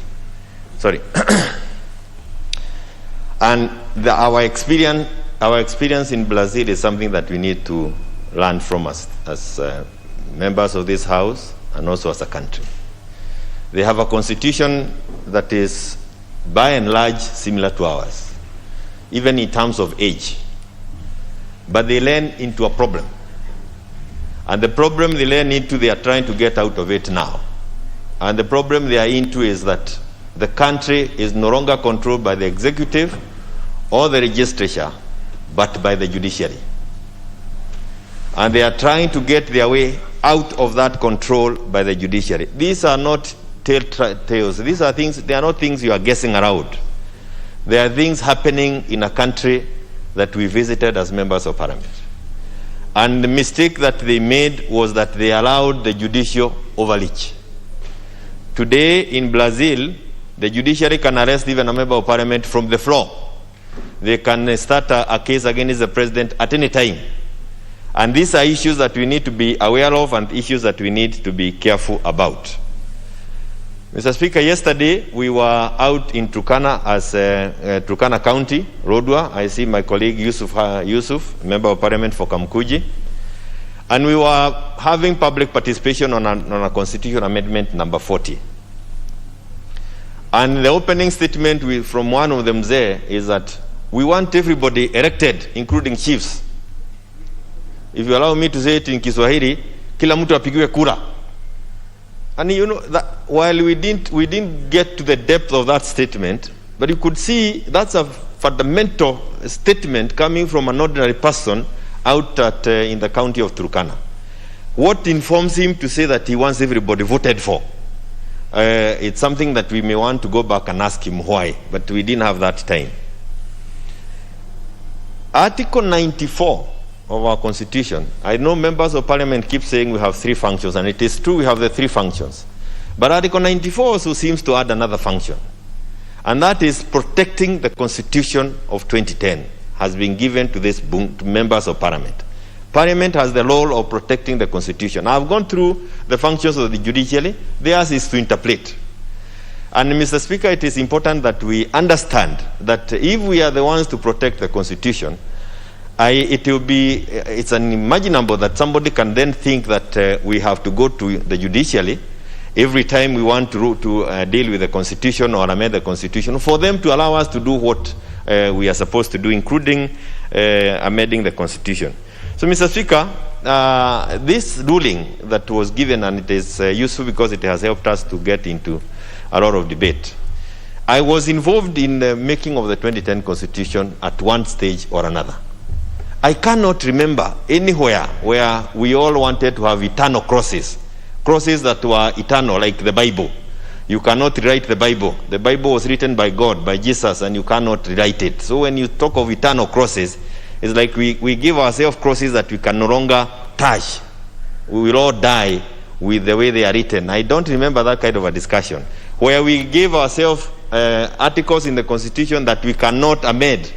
I know, and I believe, and I know that is a discussion we had, that it is the amending of articles that is different. Some will require referendum, others will not require referendum, others will have to get You can amend them through popular initiative. So all these channels were opened in our constitution. Where we thought that these are fundamental issues that relate to our country, we said that you need to go to the people through a referendum. Mr. Speaker, I also want to associate myself with the issue of the popular initiative. This popular initiative, if it's not, again, given another interpretation by the court, has been taken away from Wajiko, because Wajiko cannot be able to amend the constitution through popular initiative and conduct civic education, be able to do Honorable Kioni, I will give you an extra minute because I also want you to tell the House where the referendum bill is. Thank you. Mr. Speaker, I wanted to say that even bringing the Constituent Assembly together was also impossible. And we remember, Mr. Speaker, when we passed the 2010 Constitution, we said there is a 20% that we need to work on. Even that has been shut out by the ruling by the court. On the referendum bill, Mr. Speaker, I remember that we did table a referendum bill in this House at the very beginning, before any other person had a proposal. That time, the leader of majority was Duale, and I wish he was here to tell us where it went, because we have been waiting for it to be brought to the other stages. But instead of it being processed, JLAC came up with another one, and it was processed ahead of ours. And that also happened with another bill that we had done on IBC on the issue of quorum. So when I hear the court talking about quorum, I know also that those individuals who made it impossible for us to process those bills, and perhaps rejoicing because now they seem to have cost us. So, Mr. Speaker, I'm saying, as a committee of CIOC, we worked on those two issues that the court talked about. IBC quorum, and we finished with that bill, and also the issue of the referendum bill. And we went through public participation. They are in the process. They should have been brought to the floor to be processed. That was way before Kimunya came into office, for those who want to talk about it. I wish Duare was here to tell us why is it that the House Business Committee never prioritized them. I thank you, Mr. Speaker. Honorable Akoth. Thank you, Mr. Speaker, for giving me this opportunity. And Mr. Speaker, I want to thank Honorable Duale for raising this issue. Mr. Speaker, let me start by saying that I very respectfully and honorably disagree with the courts, especially on the issue of the basic structure. Mr. Speaker, I want to say that just the way the country has given us this opportunity to legislate as members of parliament, we have also given honorable men and women the opportunity to serve us in the judiciary. And when they sit in that position, they sit as a few honorable men and who will give their views, which may differ from our views. And I speak with authority, Mr. Speaker, as also a lawyer. And as a lawyer, I can say I can disagree with them respectfully. That does not mean I disrespect the judiciary. Mr. Speaker, I listened to Honorable Mbadi on my way here, and I want to agree with him that any arm of the government can actually be autocratic. And we must always guard and ensure that none of them goes way above what the powers that they have been given in the Constitution. You should not go against your powers. The president can't go against his powers. Neither can the judiciary, Mr. Speaker. And I think when the judiciary goes against their powers, there are people who want us to walk stealthily around them like they are sacrosanct, they are God. The only person I do not challenge is God. When I agree with the judiciary, I speak very clearly because they are not God. Even when I disagreed with the president, I say very clearly because it's not God. And if I disagree with you, Mr. Speaker, I will say clearly because you are not God. The only person I may disagree with, but I will not say, is God. And Mr. Speaker, I want to say, yes, I may disagree with God, but I may disagree, but I will not say because it's God. Mr. Speaker, I want to say the reason I do not agree with the basic structure concept is, Mr. Speaker, I know that I was a litigator on the issue of public interest law or public impact litigation, or what you call the lacunas or the lacunas of law, generally, Mr. Speaker. But this applies when there is no provision in law. When there is clear provision in the Constitution about the way you want, we need to go, then we can't operate as though we are working in a vacuum. There are very clear provisions. But assuming even the basic concept principle was correct, Mr. Speaker, that the Constitution has a structure that we must adhere to, then in international law, it is already stated, Mr. Speaker, and our Constitution in Article 2.5 already provides that the Constitution of Kenya will accept every principle of international law. And Mr. Speaker, one of those principles is actually what is called the jus cogens principle, Mr. Speaker. And in jus cogens principle, Mr. Speaker, it provides that no country shall provide for standards or shall provide a law or shall legislate a law that goes against certain standards. And Mr. Speaker, those standards include issues of self-determination, issues against torture, Mr. Speaker. But what the court is saying does not include this, Mr. Speaker. And we don't even need the judiciary to go that way, because those jus cogens principles raise what we call erga omnes obligations, which are obligations that will emanate from every country against Kenya if we were to make those decisions. Mr. Speaker, I think this is a very dangerous path, especially for minorities. Mr. Speaker, as you are making this decision, I know that we still have the next step, which is the Supreme Court, and your decision should take that into account. But I want to tell the women of this country that this has sounded the death knell on the two-thirds gender principle, because it's a basic structure principle, Mr. Speaker. It is a basic concept principle, because it says how the Parliament of Kenya is structured. So as the women of Kenya, let us get used to 47 until death do. Honorable Ngojiri, Kimani Ngojiri. Thank you, Bwana Speaker, for giving me that opportunity.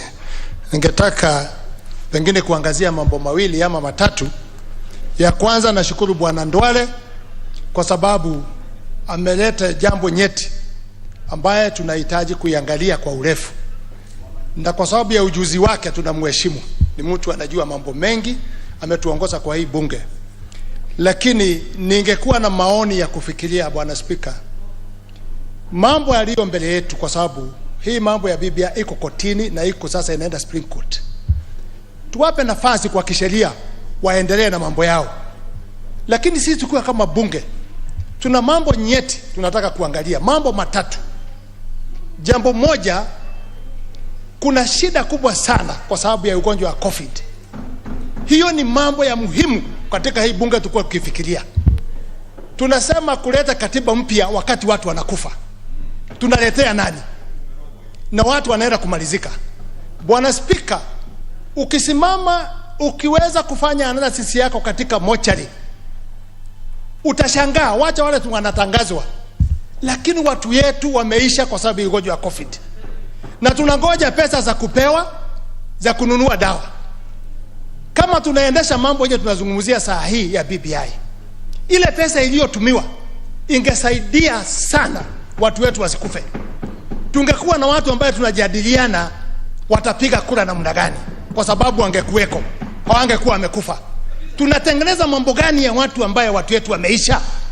Sisi tumechaguliwa na wananchi. Na itaonekana, Bwana Speaker, sisi tukua bunge hili, mambo nyeti ambayo inahusu wananchi wetu hatuyatetei. Jambo moja, ukiangalia Bwana Speaker, shida ambayo iko mbele yetu, kwa mimi ile mambo ya muhimu, kwanza, wafugaji ng'ombe zao zimekwisha. Tunahitaji kuangalia wafugaji watafanywa nini kwa sababu ya ng'ombe zao. Hiyo ni mambo ya muhimu, kwa sababu hiyo ni uchumi ambayo tumetengeneza tayari. Hiyo uchumi inakwisha, hatuna nafasi ya kuweza kuchunga, tutafanya namna gani? Jambo lingine, Bwana Speaker, ni ya muhimu sana tujue tutachunga watu wetu namna gani, tutawaangalia kwa njia gani kama tunafikiria uchaguzi ya 2022 ifanywe kwa njia nzuri. Jambo la muhimu ni tupitishe haya majina tumeletewa. Tuhakikishe Chebukati ana watu ya kutosha, asiwe challenge na koti, ili tuweze kutengeneza mikakati mizuri ya uchaguzi wa 2022. Tunaendesha BBI, tutakuja kusahau tunaenda kwa uchaguzi. Na mikakati ambayo tunataka kuweka ili uchaguzi we free and fair itakuwa ni shida. Itafika pahali Chebukati atasema mlinipa pesa kama mmechelewa. Kwa hivyo sikuweza kuleta vifaa ambazo zinatakikana. Saa hizi kunatakiwa legislation, anatakiwa akuwe na pesa. Jambo hili ndio tulikuwa tunajadiliana kuona tutasaidia namna gani uchaguzi wa 2022 uwe ni uchaguzi utakubaliwa na pande zote. Kwa hivyo ni ya muhimu sana, wabunge wenzangu, tufikirie sana mambo yaliyo mbele yetu. Mambo hii ya BBI wacha iendelee na koti, ikimaliza tutajadilia. Lakini ya muhimu tunangoja mambo mawili, Bwana Speaker: uamuzi wa Supreme Court na uamuzi wako utupe direction, tujue ni mambo gani tunahitaji kufanya. Lakini tuna mikakati ya mambo ya muhimu ya kuweza kusaidia nchi yetu. Watu yetu wako kwa shida, iko njaa, ng'ombe zinakufa, hatuko tayari kwa chochote. Tunawasindikisha kwa mambo yale sio ya muhimu kwao. Mambo nyeti iangaliwe, Bwana Speaker. Nashukuru sana. Well, I think now finally, because we may be veering off from the issue raised by the Honorable Duale, let me hear the member for Ndiwa, and then we close, because you know, some of them it's not exactly. Yes, Honorable. Thank you, Mr. Speaker. Mr. Speaker, my own worry in this is that the process of public participation or popular initiative was challenged.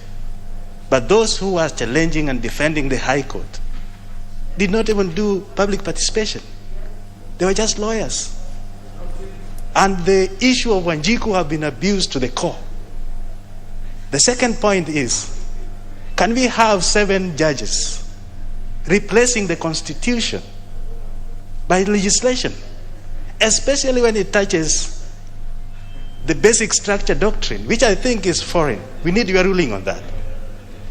Number 3, Mr. Speaker, I listened to the 10 hours deliberation, and I would like your guidance where it comes that you borrow jurisprudences from foreign countries to something which is local. If it's something which is across the countries we have in East Africa or beyond, you carefully use those references in the Commonwealth, very carefully. But I think there was a lot of borrowing in this.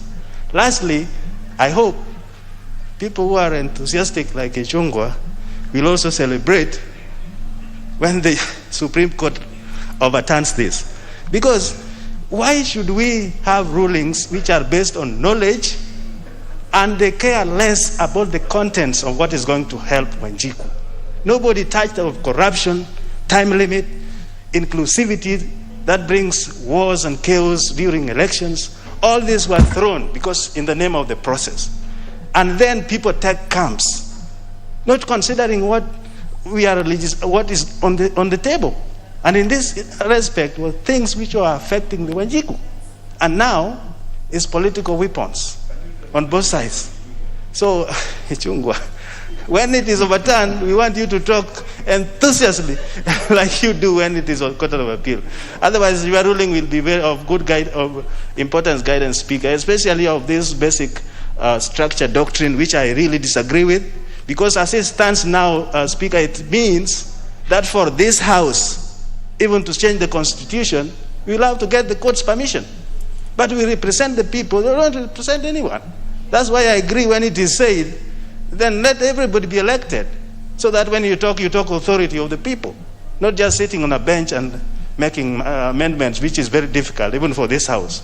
So, lastly, I think this House has to stand, whichever way, for the progressive Constitution. Because as it is now, if it has to die with those 20% deficiency, we are not going to move as a country. Thank you, Mr. Speaker. Now, honourable members, let me just make this.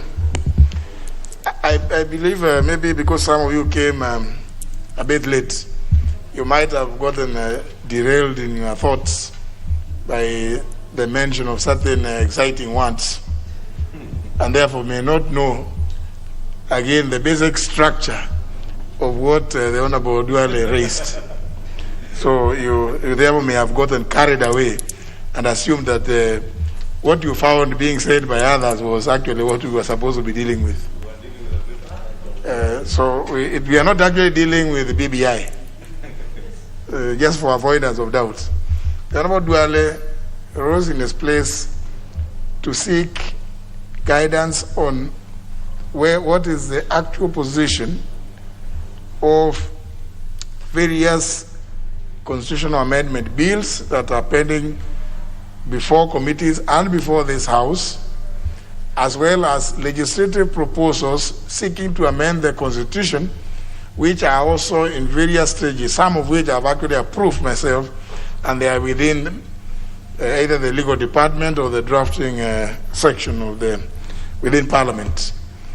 And in light of the judgments by the Court of Appeal, we don't need to look at the judgment of the High Court when there is a judgment of the Court of Appeal, so that indeed, for purposes of convenience and even to appreciate where we are at.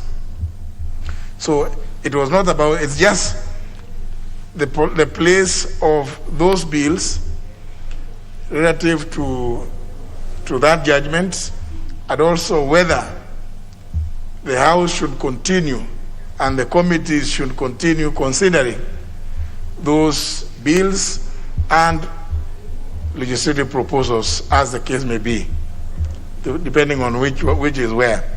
Indeed, one was by the Honorable Florence Mutua, which I think the House was debating just the other day before we went to recess. This is about the 2/3, and another one about the one by Honorable Sholei, the one that seeks to increase the number of women. Is it 136? I don't know. So maybe some of you who came late may have gotten carried away thinking that is part of the basic structure of this question, of the issue he raised. But it is in terms of in relation to the ruling, the judgment of the court, where do we stand? Can we as a House proceed, continue with those bills, or do we stop and await further guidance? I think we'll be making, and it was important that I was able to hear many ideas, including some which may not have been very useful. But of course, today being a special sitting day, and there not being any other business, there was no harm in listening to palaver. You know the usual. They say ngumzo mtaani in Swahili. Part of it, because it's not going to be helpful in making that determination. So, honourable members, I doubt that there's anything else.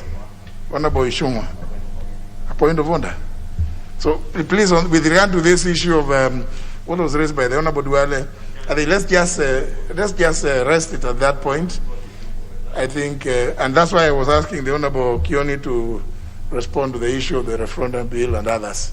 But he has made his statement, and I know even within ourselves, within Parliament, we know where those various bills are.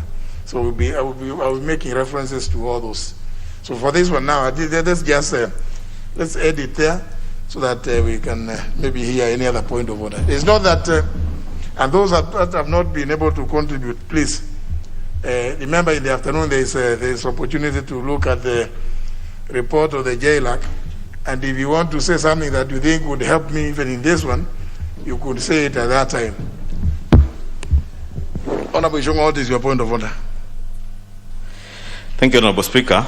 I rise under Standing Order number 83 to raise a matter relating to the Standing Order 218, which provides that a committee should be limited to its mandate, and unless a matter has been referred to them by the House on a motion or by the Speaker, or indeed by way of a statement or question sought in the House and Standing Order 195, providing for attendance of non-members.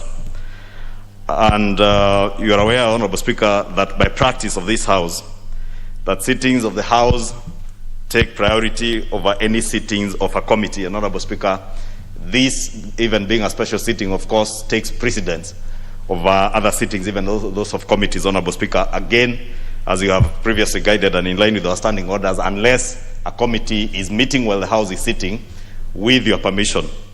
Honorable Speaker, I raise this issue because I am aware that currently the Committee on Security is holding a meeting, Honorable Speaker.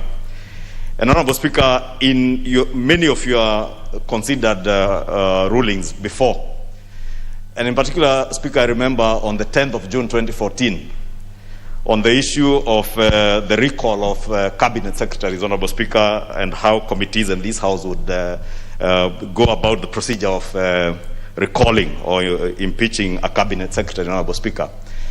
You indeed, in that ruling, Honorable Speaker, there is a point where you said that you do not countenance that the House or committees of this House would go on a fishing expedition. And Honorable Speaker, in many other rulings, you have ruled, in fact, that our committees should not be on fishing expeditions. We should not dwell committee business and the business of this House, Honorable Speaker, on matters that we pick from newspapers or electronic media, Honorable Speaker. And I say this with due respect, Honorable Speaker, because I've noticed in the last few weeks, in one instance, Honorable Speaker, a week or so ago, the Committee on Finance and National Planning was interrogating an issue, Honorable Speaker, that in my recollection, and you know I am very diligent in attending sessions of this House, had never in any way been referred to the committee, and I doubt whether the matter was in any way within the mandate of that committee, inquiring as to how a private bank, Equity Bank, was able to advance money to a Ugandan, and it is not even Equity Bank Kenya, it was Equity Bank Uganda.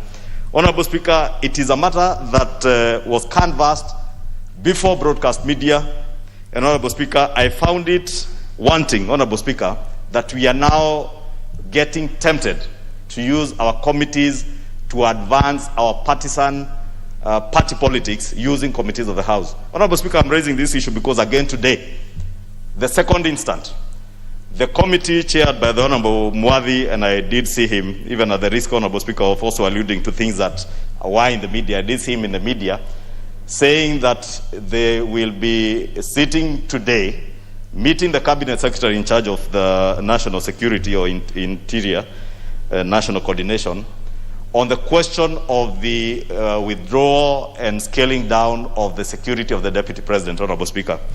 To my recollection again, Honorable Speaker, this House was on recess. There was no question, there was no petition, there was no statement sought. And when I listened to the chair in the electronic media, Honorable Speaker, asserting that the Deputy President's people, and I don't know which people those are because all Kenyans are the Deputy President's people, raised these questions, and therefore the committee is looking into that matter. Honorable Speaker, aware that we had a special sitting today, you will recall this morning, Honorable Speaker, you had to ring the quorum bell for quorum to be present for business that we have been called on a special sitting to begin. Honorable Speaker, you can count the handful members of Parliament who are here this afternoon, Honorable Speaker, and from this morning. And aware that that committee is now sitting, Honorable Speaker, and I'm privileged to have perused through some of the documents that have been tabled before that committee, Honorable Speaker.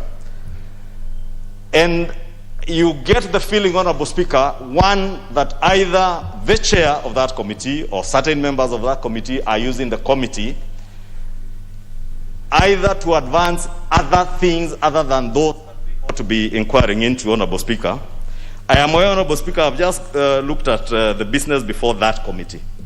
Honorable Speaker, there are 55 questions that have been referred to that committee. It's not yet clear when I checked at the table office this morning how many of those questions they have been able, their clerks are yet to table a report to show how many have been responded to. They have 32 statements that we have sought, including my statement, Honorable Speaker. I think 2 of my statements that I have sought, and many other members, touching on the lives and the security of Kenyans, Honorable Speaker. Some that touch on banditry issues in the counties of Samburu, Laikipia, Turkana, that members, and the recent skirmishes that were there in Marsabit, Honorable Speaker. Out of the 32 statements sought, only 12 have been responded, Honorable Speaker. Therefore begs the question why this committee would be so overzealous, Honorable Speaker, to get into business that has not in any way been referred to them by the House or from the Chair, Honorable Speaker, and be overzealous. And Honorable Speaker, there are indications that indeed the Cabinet Secretary in charge of the Interior is the one who has orchestrated that meeting to be held this morning, with print and electronic media fully broadcasting the proceedings of that committee live. And Honorable Speaker, when we talk about state capture and the executive capture of this legislature, Honorable Speaker, and that's one of the issues, Honorable Speaker, I would want you to guide us on. How do those other people outside there, how do we come to allow cabinet secretaries and functionaries of government, Honorable Speaker, to cause committees to sit for them to come and advance whatever issues they want to come and advance, and use our parliamentary processes, Honorable Speaker, either to cleanse or sanitize their actions, Honorable Speaker? To me, Honorable Speaker, this is going to the core of belittling the mandate of this House, Honorable Speaker. And also, Honorable Speaker, playing games with the oversight role. And I'm not saying the committee should not inquire into anything. They have every right to inquire, Honorable Speaker. But we must not allow the committee to be used by the executive, Honorable Speaker, either to sanitize, to cleanse, or in any way, Honorable Speaker, to use parliamentary privileges to disparage people who cannot defend themselves before that committee. I have seen part of the documents tabled, Honorable Speaker, is information that has been tabled before that committee, listing all the properties, farms, businesses, kiosks owned by the Deputy President, and how many officers are guarding those premises. How I wish, Honorable Speaker, we would have seen the same Cabinet Secretary indicate how many GSU officers are guarding his own house in Karen, how many are guarding his house in Nyamira, how many are guarding his farm in Kiserian, Honorable Speaker. Honorable Speaker, maybe you should also tell us how many are guarding me and you, Honorable Speaker, because we must not use the privileges of this House and committees of the House, Honorable Speaker, to advance our partisan politics, Honorable Speaker. We are all members of Parliament. We have the liberty to raise issues before this House, Honorable Speaker, like I am raising today. But I must not use this floor, Honorable Speaker, to disparage even those that I believe are thieves, those I believe that have stolen from KEMSA, those that I believe have stolen children's land in Ruaraka, Honorable Speaker. I must not use this floor. But, Honorable Speaker, what I want you, Honorable Speaker, to give us a very considered ruling on, Honorable Speaker, are pertinent issues. One, who sought the matter to be inquired into, Honorable Speaker, because as far as I'm aware, Honorable Speaker, the matter that had been sought was by Senator Cherargei in the Senate. I do not know how now the two houses are working, Honorable Speaker, that a matter can be raised in the Senate and the Committee of the National Assembly starts an inquiry into it, Honorable Speaker. Two, the committee, Honorable Speaker, as I said, has 32 statements, 20 of which are yet to be responded. Was it priority for this committee to belittle issues that concern on the security and the lives of Kenyans that have been raised by members of Parliament? I remember how Honorable Russell, Honorable Speaker, and you remember, and members from Isiolo and Marsabit have been crying out on this committee, Honorable Speaker, and many a times the chair of the Security Committee asserts that the CS, the Interior, was not available, but today, on his own prompting, he's available with full broadcast media, Honorable Speaker. Three, Honorable Speaker, there are over 55 questions that have been put before this committee. Maybe the clerk to inform the House and you, Speaker, how many of these questions have been responded to, and why the committee is not according these matters priority over those issues that are being brought to them by cabinet secretaries. Again, Honorable Speaker, I would want to know, are there any members who are not members of the Security Committee who had written to the committee asking to be allowed to attend the sittings of that committee during this particular matter, under Standing Order 195? And if so, who are those members, Honorable Speaker? Lastly, Honorable Speaker, as I said, since the business of this House takes priority, and today is a special sitting day, Honorable Speaker, maybe you could consider, and I know maybe it may be too late now because it's already 12:30, I had sought you to consider suspending the matter that was under consideration by the committee so that members would focus on the issues that the Leader of Majority, called the House back to address during this special sitting. Honorable Speaker, also please consider directing the committee to prioritize matters pending before it. And I mentioned particularly, Honorable Speaker, a statement that I had sought and a question that I had sought from this committee, and those of 20 other members who have statements, and the 55 questions, Honorable Speaker, that are before that committee, before embarking on these headline chasing matters that only end up embarrassing this House, Honorable Speaker. And I must again reiterate that we are honestly embarrassing this House when we allow members of the executive, be it a cabinet secretary or principal secretary, to use committees of this House and the media, Honorable Speaker, to come and use parliamentary privileges, Honorable Speaker, to say things about people who will not sit in that committee, Honorable Speaker. And again, more importantly, Honorable Speaker, if the committee is not inquiring into a matter that has been referred by this House, Honorable Speaker, automatically it means that matter, there is no report that will be tabled in this House for us to be able to interrogate the issues that are being said in that particular committee. And that is the tragedy I saw with the Finance and National Planning Committee, where people go on a fishing expedition to the extent, Honorable Speaker, of saying very disparaging things against a head of state of a friendly nation, the President of the Republic of Uganda, who had tweeted that the Ugandan had gotten assistance from Equity Bank. And I know maybe Honorable Gladys Wanga, being the chair of that committee, may be very averse to fishing expeditions. But on finance matters, Honorable Speaker, I can tell you it is possible for the Equity Bank Uganda to organize syndicated loans to an individual or an organization in Uganda to the tune of 15 billion shillings. But it may not be possible, even with the capitalization of Equity Bank Uganda, to be able to lend as an institution. And when the chairman uses the media in that sitting, particular sitting, Honorable Speaker, to ask how is it Equity Bank is lending to Ugandans and not Kenyans 15 billion shillings, without allowing the people to enjoy, or rather to get information that indeed, even in Kenya, probably Equity Bank, Honorable Speaker, and maybe being one of the big banks, and even KCB, Honorable Speaker, may not give you a loan of 15 billion shillings singularly, Honorable Speaker. They do it just like insurance company reinsure collectively through syndicated loans, Honorable Speaker. And therefore, we must not use, Honorable Speaker.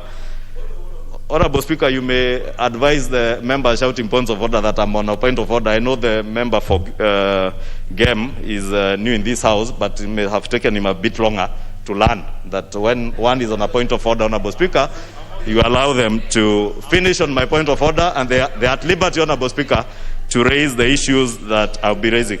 Honorable Speaker, I therefore want to beg that you give us direction, one, whether we should be using our committees to go on fishing expeditions. Two, Honorable Speaker, how do committees conduct themselves, and chairs of committees, Honorable Speaker, can, in the words of TJ Kajwang, act, did he call it suo moto, on their own motions? Can a chair of a committee act suo moto on their own motions on matters, Honorable Speaker, especially on matters that the House will not benefit from being able to interrogate with the report being tabled before this House. And I wish, Honorable Speaker, to ask that you also consider directing the two committees, the Committee of Finance and National Planning, to indeed table a report if they are inquiring onto the issue of Equity Bank activities in Uganda, to the chairman and the Committee on Security to table a report if they are inquiring on an issue touching on the security of the Deputy President, because it is not a matter to play politics with, Honorable Speaker.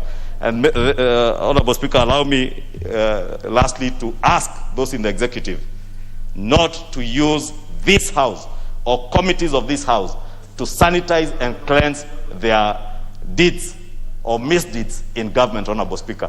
If you want to offer information on the Speaker, Honorable Speaker, I think you should be able to bring a petition or a motion before this House, a question or a request for a statement, and you'll be able to inquire on things relating to anyone. Thank you, Honorable Speaker. No, members, that's not, he rose on a point of order, and he wasn't seeking, he wasn't seeking your views. No, members, let me just, for avoidance of doubt, the Honorable Ishongwa decided to rely on standing order number 218. Honorable Kioni, you cannot sit. Honorable Kioni, you cannot be sitting. The Honorable Odhiambo, I am on my feet. How long? For avoidance of doubt, that is actually being out of order, Honorable Kioni. Honorable Kioni, you cannot sit there and start shouting that you're on a point of order. Which point of order? Who gave you the leave to say you are on a point of order? You cannot. He has risen, he stood in his place, citing standing order number 218. Honorable Ishongwa cited standing order number 218. But overlooked standing order number 216, which deals with the mandates of committees, departmental committees specifically. And more particularly, subsection 5 of standing order number 216 states that the functions of a departmental committee shall be to A, investigate, inquire into, and report on all matters relating to the mandate, management, activities, administration, operations, and estimates of the assigned ministries and departments. In doing this investigation, the committees can act, they are at liberty to act without seeking authority from the House. Suo moto. The next is the committees also have a function to study the programs and policy objectives of ministries and departments and the effectiveness of the implementation. Study and review all legislations referred to it. Study, assess, and analyze the relative success of the ministries and departments as measured by the results obtained as compared with their stated objectives. And more importantly, also investigate and inquire into all matters. This is important. All matters relating to the assigned ministries and departments as they may deem necessary and as may be referred to them by the House. But on their own, committees are not limited. I think with regard to what the Honorable Ishongwa has raised, rather than me going to wait to do a communication on this, because all committees have been doing, you go to the fourth schedule, the areas you cover, the activities of the various ministries and departments. you're at liberty. You don't have to come here to say that we want to go and find out whether people are doing irrigation. No. The Ministry of Water, whether it is doing irrigation in which part, that's your mandate. You don't have to come here all you need to do is to ask the clerk's office to facilitate you to go and find out who is being supplied with electricity, last mile connectivity, all such like things. You don't come to the house. It's just the clerk's office to facilitate a particular committee. And therefore, the only thing that may be valid is, are they going to report to the House their findings? Because if you undertake an investigation, you must therefore bring to the House a report. So the Committee on Administration and National Security, the Committee on Finance, they are put on notice that they must come and bring a report here of their investigations and inquiries. And if they want to travel to Uganda or to Kaksingiri, the Honorable Millie Odhiambo can facilitate the Kaksingiri visit.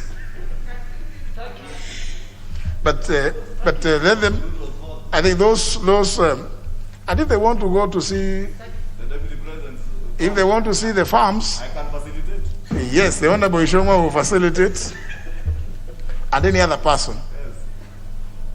But I think the point the Honorable Ishongwa was raising, more importantly, is please, committees, stick to your mandate.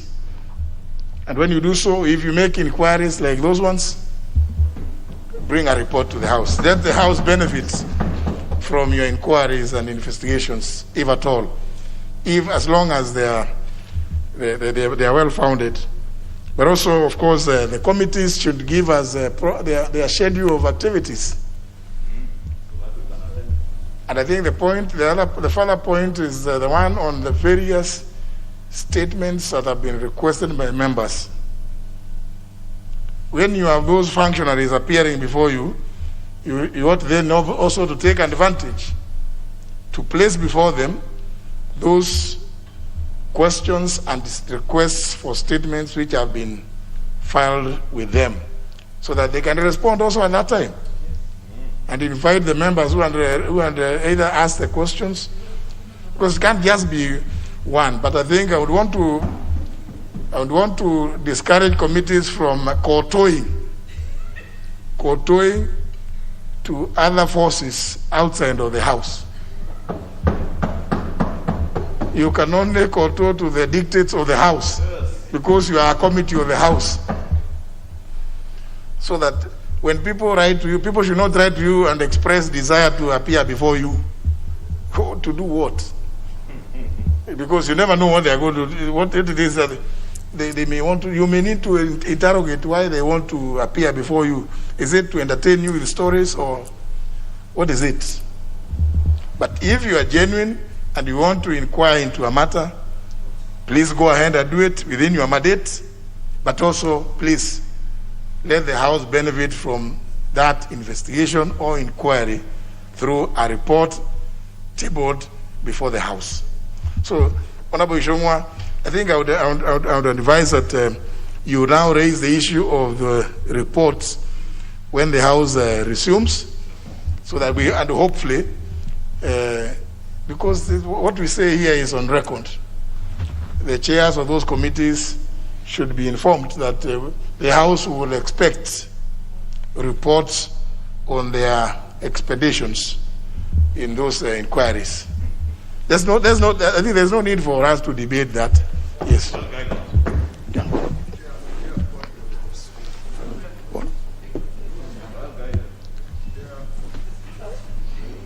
It's not on the same matter, Honorable Nyikal. Guidance on exactly what you said. Chair, I think you have given guidance as expected. Chair, one issue then comes out, that actually a member thinking is rising on a correct point of order actually comes out on a wrong point of order that actually the committees have the right to do what these committees done. But in the process, a member makes statements that makes the committee sound. Even now, we are not sure whether those committees went on the behest of somebody else. The allegations that we made. In respect to committees, Mr. Speaker, what do we do? Because those points have come out, the statements have come out, the committees have been made to look like they got somebody to invite them. I think that are also important points that we should take into consideration. How do we handle those that have come out, or do we expunge all that of what Honorable Chungu has said from the answer?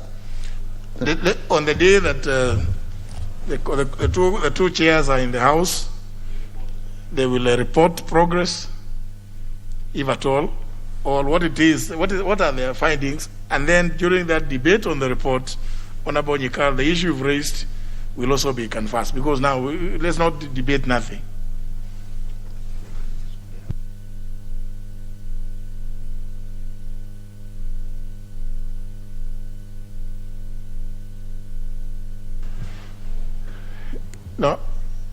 No more of the business that was to be transacted. Very well. So, for now, members, the time being 12:53 p.m., the House stands adjourned until today at 2:30 p.m.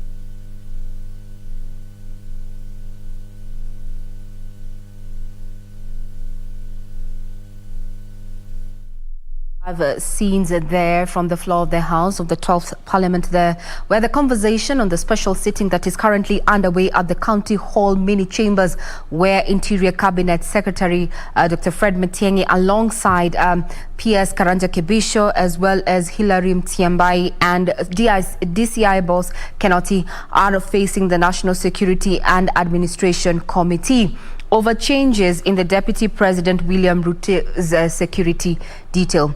Let's have a listen in. This has been happening since morning, and we have our reporter Suleiman Yeri, who is going to be preparing a detailed report in the course of our bulletin. For now, let us have a listen in into what is happening at the County Hall mini chambers. We cannot second guess the Inspector General of our National Police Service. He takes decisions on our behalf throughout. He takes decisions on 24-hour cycle, and he has the best intelligence and information to make certain decisions. So we cannot require him that if I want an officer from my ethnic community, you must write to me and then I get the letter and so on. There's no security system that operates that way around the world. You know, we are becoming more and more modern, the state. So in respect, therefore, I'm saying, Mr. Chairman, that there is no code of conduct in this case in terms of the changes that were made. Nothing was violated. And in fact, there's a question I don't want to ask now because it can steer us off to another debate. How is it that these questions are being asked now when we have done this rearrangement several times before, even in that office? How come that these issues are coming up now? And we've done so many of those rearrangements before in many other VVIP offices, including that one. So the question is, it's because we are within a political context and straightforward, professional, departmental actions are being unnecessarily politicized and being subjected to, emotional and irrelevant politics. Unfortunately, to the detriment of the stability of the country. But I think on a balance of probabilities, going forward, after the clarifications we have made today, we're all going to be aligned on this because facts are as they are, things are clear to everybody. There is no downgrade of anything here. We know we are doing what we must do, and we are continuing. But I cannot plead with you enough as a committee that we need statutory action on these issues of ratios, even for VVIPs and numbers and so on. Otherwise, you are going to force police officers to open an OB for chicken. You are putting police officers to guard a poultry farm, so they will now be running an OB there for chicken. This chicken arrived at this time, they left this time, and so on. It's a joke in the long run. If we are not, going to be organized in that kind of manner. Honorable Kaunya asked the question about police reforms and the unified command. It's the question of the unified command. As you know, and Mr. Chairman, indulge me to say this is more or less like a personal comment, that every time you listen to somebody like Honorable Kaunya speak, you feel the pleasure of a knowledgeable person because he's speaking from a position of knowledge. If people were debating these issues from that kind of position, we wouldn't even be having this kind of hullabaloo around the country of this. Because you see, the quest for unified command was intended to make police effective, efficient in the delivery of service, but also again to grow our capacities to deal with our dynamic challenges in the security sector. That is why, for example, when we came up with an all-women commando team, that is now making headlines and doing us great stuff, is because we wanted to have this integrated, prepared, because there are circumstances where we need to deploy special units of that kind, as it were. The unified command is a journey, Honorable Kaunya. It is not going to happen in 1 year or 2 years or 3 years. Even we internally are having a debate, because since 2018, when His Excellency the President directed this and began this phase of working on a unified command, we've worked on this for about 3 years, and sometimes we step back and ask ourselves the question, is it working well for us? For example, how does it relate to Ngao? And how does it relate to deployment? Is it interfering with what we are doing? The questions abound. But we are just about to begin reviewing, the implementation of this for the last 3 years. I know issues will come up, or some things we need to change, as it were. But it is a journey, it's something we're working towards.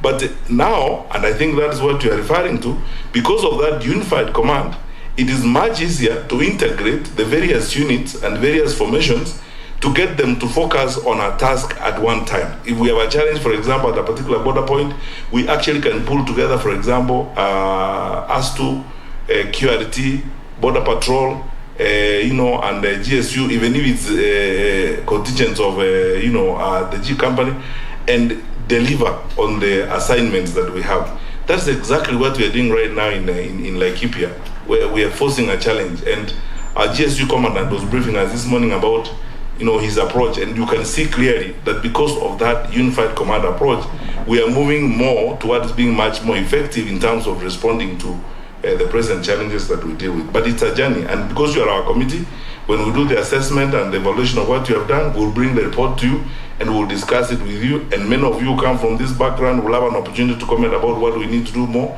and what we need to do better to strengthen ourselves, as it were. Is there a gap in the law in terms of business and public officers? The answer is yes. And as I've said, you can see the conflict that we are dealing with. It's apparent, it was spoken to very strongly by Honorable Rosa Buyu and Honorable Kaunya. It's some of the reasons why we are facing the challenges. Honorable, the late Sergeant Kenei came from the AP, and he was part of the staff. 40 strong personnel from the AP at the Arambe House Annex, which is the office of the Deputy President. I think that's a direct answer, and that is it. Was the DP made aware? This was asked by Honorable Tekla, and I think I answered this question earlier, Mr. Chairman. There is a distinction. There is what you may call a fundamental change, and there is what is routine and quasi-routine. Just imagine if every day you are reorganizing, you are doing deployment. I give you a classic example. Forget about the person of the DP and somebody who occupies the office of the DP. Just let's take a routine office like a regional commissioner. If every time you are doing rearrangement, the Inspector General was doing rearrangement of the police command in Nairobi, he has to keep writing and so on. Meaning it's unnecessarily laborious, as it were, because all of us work in this context and all the actors who are supposed to be there know what needs to happen. There was nothing major that was being done here. And as I said clearly, if we weren't in this political context where we are, no one would even be talking about it. And actually, some of this rearrangement has been done before, even in that office. but it has not raised this kind of hullabaloo and so on. It's just because of the political environment in which we are, and now, anything goes, as it were. Even if it is a simple, straightforward action, it's held hostage by the politics of the day, and then now people go to town, becomes the subject of funeral speeches and church speeches and so on and so forth. I honestly don't think that this is something that required that kind of thing. About the Honorable Tekla asked about the Constitution and the security of the Deputy President. I think I've answered this question several times. By law and by tradition, His Excellency the Deputy President is guarded by the Presidential Escort Unit with a special team that is set aside for that particular purpose. Does the current holder of the office have that? I answered that, and I've actually provided the statistics and the figures about who's there. About the followers' stress, Honorable Tekla was asking about people are stressed and the followers are getting stressed. Well, followers get stressed because their leaders stress them. So simple as that.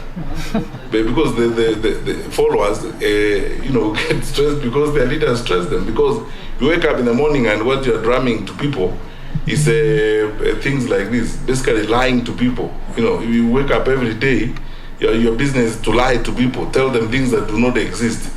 Lie every day, and you have seen that. You are all here. You have seen that in this country, where you can almost conclude that some people's career is about lying. They will never tell anything truthful. You wake up in the morning and misinterpret things and talk about things that have not happened anywhere. Oh, we are being finished. That's why I said the politics of sympathy addiction. Everything is about sympathy. Sympathize with me. I'm dying. I'm being finished. The government is switching off the sun and the moon and so on. If you live that way, then you stress your followers. The stress of your followers is coming from the stress of the leaders. If leaders were honest with people, addressed issues honestly, and dealt with matters, why would the followers be stressed? The followers are stressed because of their leaders.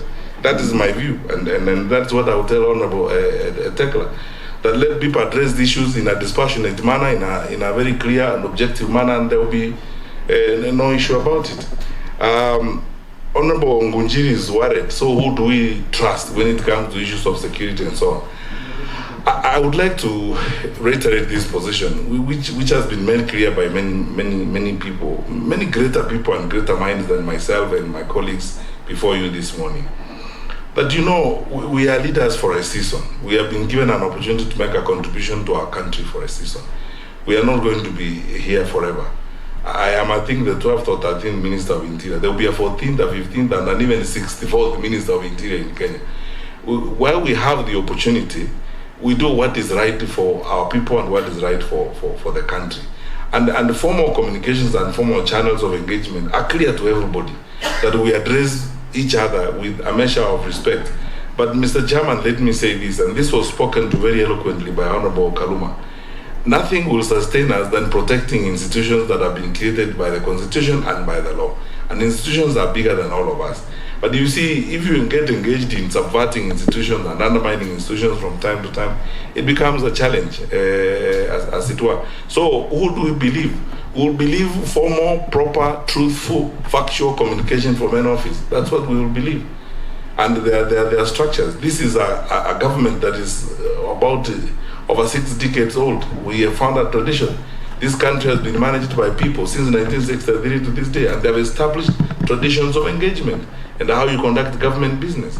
If you have a challenge, you go to your supervisors and discuss it with them. You don't write letters, using street language, and then you put it in social media, and then you engage in cheap populism, throwing an irrelevant tantrum in the hope of gaining sympathy. You're basically playing for sympathy and not caring about the country as it were. So, Honorable Ngujiri, who do we believe? We believe formal, factual, truthful communication that respects the structures of government, knowing as we do, and as we must at all times, that we are only individuals. We are here today, tomorrow we are gone. And then we must hand over to the generations that come after us the institutions that were handed to us. Honorable Junet asked the question, is it moral, the situation that we have right now? I think as a honest public servant, I would be pretending if I didn't honestly say I also don't think it's moral. what we have right now. I am as chastised as everyone else is on this particular matter. And I agree, and my colleagues at the Ministry of Interior and all the heads of the agencies will work with you, honorable members, to look at the law and see how we rectify this situation, so that it may not be abused as we go into the future. Because where there are no regulations, where there are no good controls, the propensity for abuse is huge. And then none of us is whole enough not to be tempted to abuse, discretion, if that discretion is not controlled or discretion is not guided. And then, and a situation emerges where you abuse discretion, then you turn around after you abuse discretion and claim sympathy, and so on. So in this particular case, because human beings are human beings, and we are all human beings, and we can make mistakes. Where challenges of this kind exist is where we, as the executive branch of government, reporting to you as the people of Kenya as representatives, we need to work with you to see how we can overcome these kinds of challenge through statutory action, as it were. And I think finally, I'm grateful you allow me, Mr. Chairman, to make my final comment. The Honorable Vice Chair asked a question, and the Inspector General has whispered to me here that, I respond to it. Is this work that was done by the previous IG or something else? Institutions are continuous. I would hesitate to individualize actions and individualize things when they have happened. Let us now step on to a new order which says we have noticed where the gaps are and the challenges, and now let us learn from them. And I think if I say so on behalf of my colleague here, the Inspector General, I think that satisfies the situation. Let's not individualize or particularize. Let us now learn from it and come together as a people who love their country and want their country to do better and correct the mistakes that have been done. I would like to stop there, Mr. Chairman, unless you'd like me to make a closing remark. Yes, I for avoidance of doubt, I wanted members so that we are clear. You will, so that we are clear, and we are just doing the final remarks now. I'll give you, Honorable Vice Chair. But I wanted so that we know the provisions of Standing Order 195, which is very important, so that we don't look like we don't want to give our colleagues space to speak, so that we follow the process the way it's supposed to be. That a member may attend a meeting of any committee of the House of which he or she is not a member, but such member shall not be entitled to vote in any matter. And two, that a member who intends to participate in a meeting of a committee of the House of which she or he is not a member shall submit a written request to the chairperson of the committee at least 24 hours before the meeting. And three, the request shall indicate any matter which the member intends to raise at the meeting.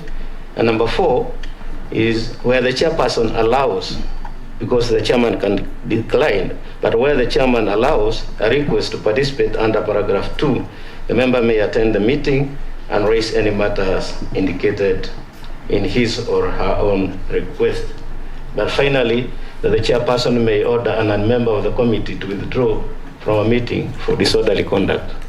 So that we don't look like, we don't want to give you, you haven't followed the procedure, but we allowed you to sit in Honorable Ruby to listen. And I think that is very important and fair. Vice Chair, the last one. Chair, it's not a new question. I think she has left the question about the arrest. We have a chief of staff who's a civil servant who wrote a letter and used the social media in spreading propaganda to incite Kenyans. So what are you going to do about that? And secondly, about leaders who are faking arrest so as to incite Kenyans to spread propaganda. What are you doing about that? Because that is where the problem is. Yeah, Chair, could the CS also... Order. You did not ask to speak. I beg you, Chair, just in his last comments. Yes. Because this is something which has disparaged the stature and the standing of the officers serving in administration police service, could I be in order, Chair, to request the CS that in his closing remarks, he puts a word of reassurance, not only to those officers, but also to Kenyans, that indeed officers serving under our administration police service have the best training, if not better than any others we are thinking about. They need that assurance. They are very disheartened by this politics. Very well. Chair, before you give, it's like my question escaped the CS, Chair. Which was? About the numbers. Okay. You will pick up that together with your final remarks and what I'm just about to say. Members, this matter is in public domain. We are even aware that a senator had written to the Speaker of Senate to recall Senate to discuss the matter. But I think this is the most appropriate committee to discuss it, and that is why we are on top of things. It is not a devolved function. Yeah, what is important, and the Speaker of Senate knows as much, and he said that this belongs to the National Assembly, and that's why we are on top of this. The minister should ignore it. So, Honorable CS, I want you to know that if you are able, maybe you can share that letter from the Chief of Staff, because not the one that is doing round in the social media, but the one that was sent to the IG, you can share with the committee. And also, as you close, tell us what would be the work of prison warders in those installations. Why are you picking prison warders from prison to take to some private property? If you said they are in private property, or are they in the official residence? You can clarify that. That's very, very important. As you also assure the nation that the security of His Excellency, the Deputy President, is intact, is proper, is in place, and that there is no cause for alarm. And finally, Honorable CS, we have had a few members of Parliament, my colleagues, who are saying they don't have security officers. Not even a single one. What do you have to say about those people? Are you ready to provide? Can you get some of those so many who are guarding chicken? If you said so, then they can come and guard the elected members of Parliament. Thank you. Thank you, Mr. Chairman. Honorable members, I think in quick succession I will respond to the issues. The question of the letter of the Chief of Staff that is in social media is the same letter as the one he addressed to the Inspector General. It's the same letter he wrote and then circulated it to social media. What are we going to do? Two wrongs do not make a right. And I think when people make mistakes, I honestly don't think it's good to, again, deal with them in a manner that does not help them correction and or correct their behavior. I would plead with the committee that you let the Civil Service Code of Conduct kick in, and we have a very elaborate Public Service Code of Conduct, superintended over by the Head of Public Service and the Public Service Commission. We will deal with this matter internally, and through the Office of the Head of Public Service, we will quietly mediate this matter, because we are concerned about that new law of circulating public documents and writing them and taking social media.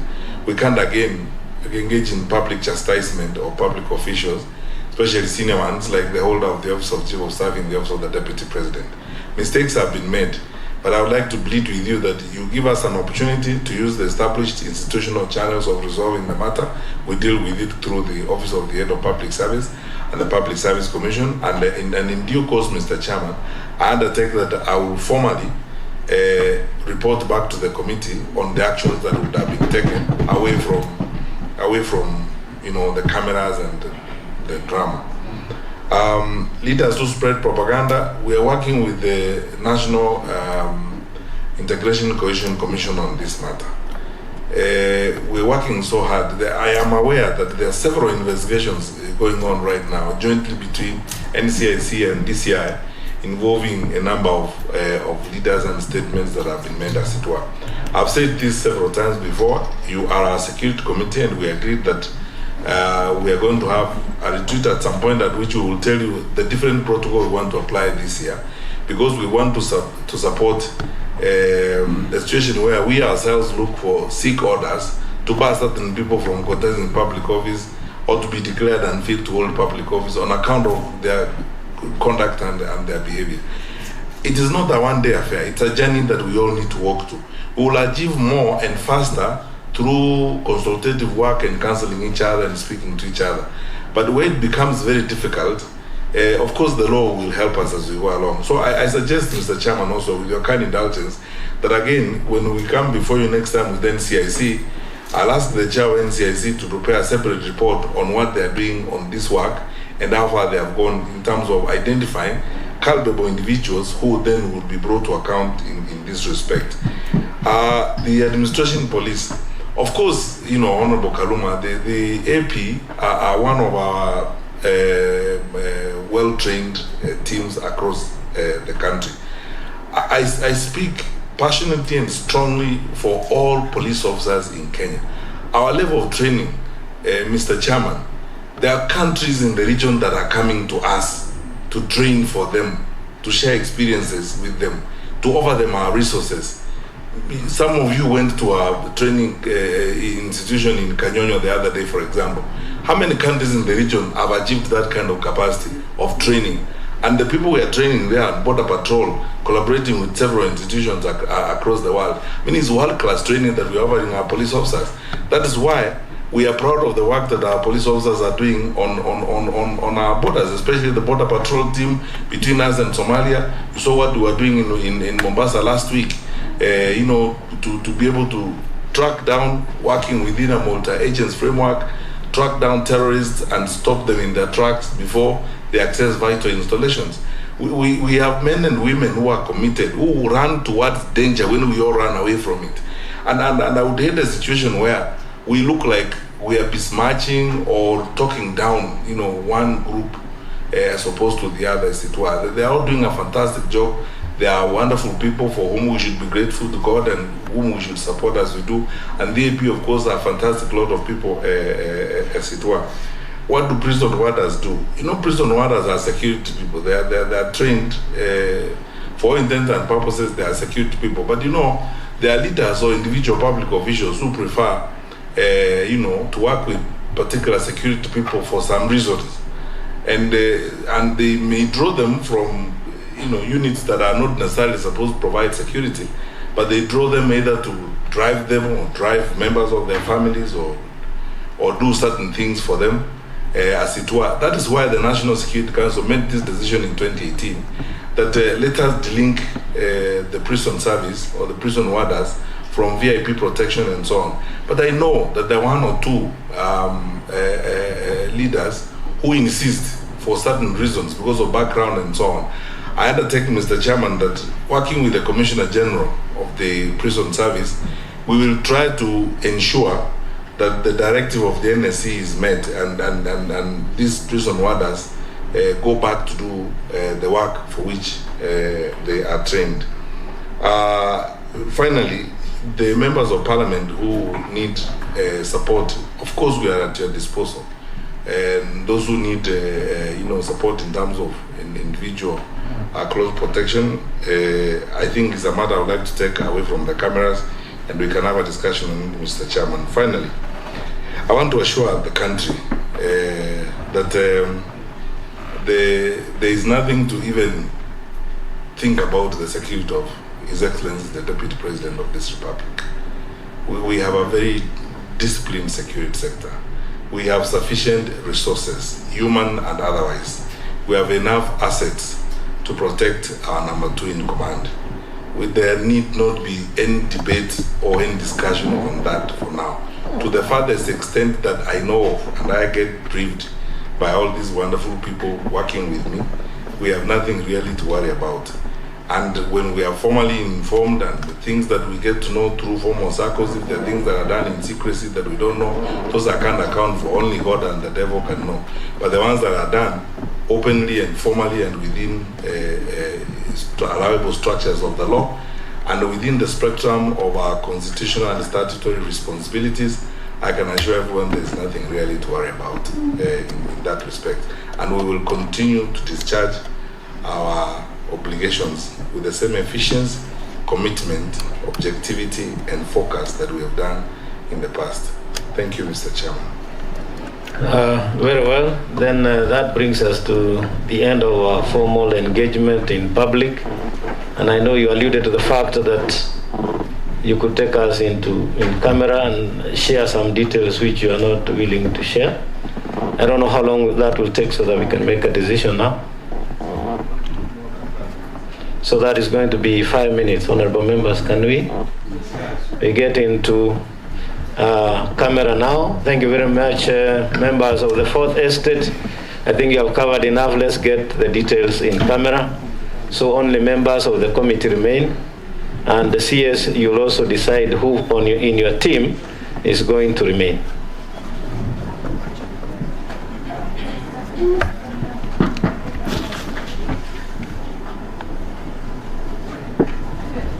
Yes, those are live pictures coming to you live from County Hall mini chambers there, where Interior Cabinet Secretary Fred Matiang'i there was appearing in front of the National Security and Administration Committee over the changes in the Deputy President William Ruto's security detail there. He was accompanied by PS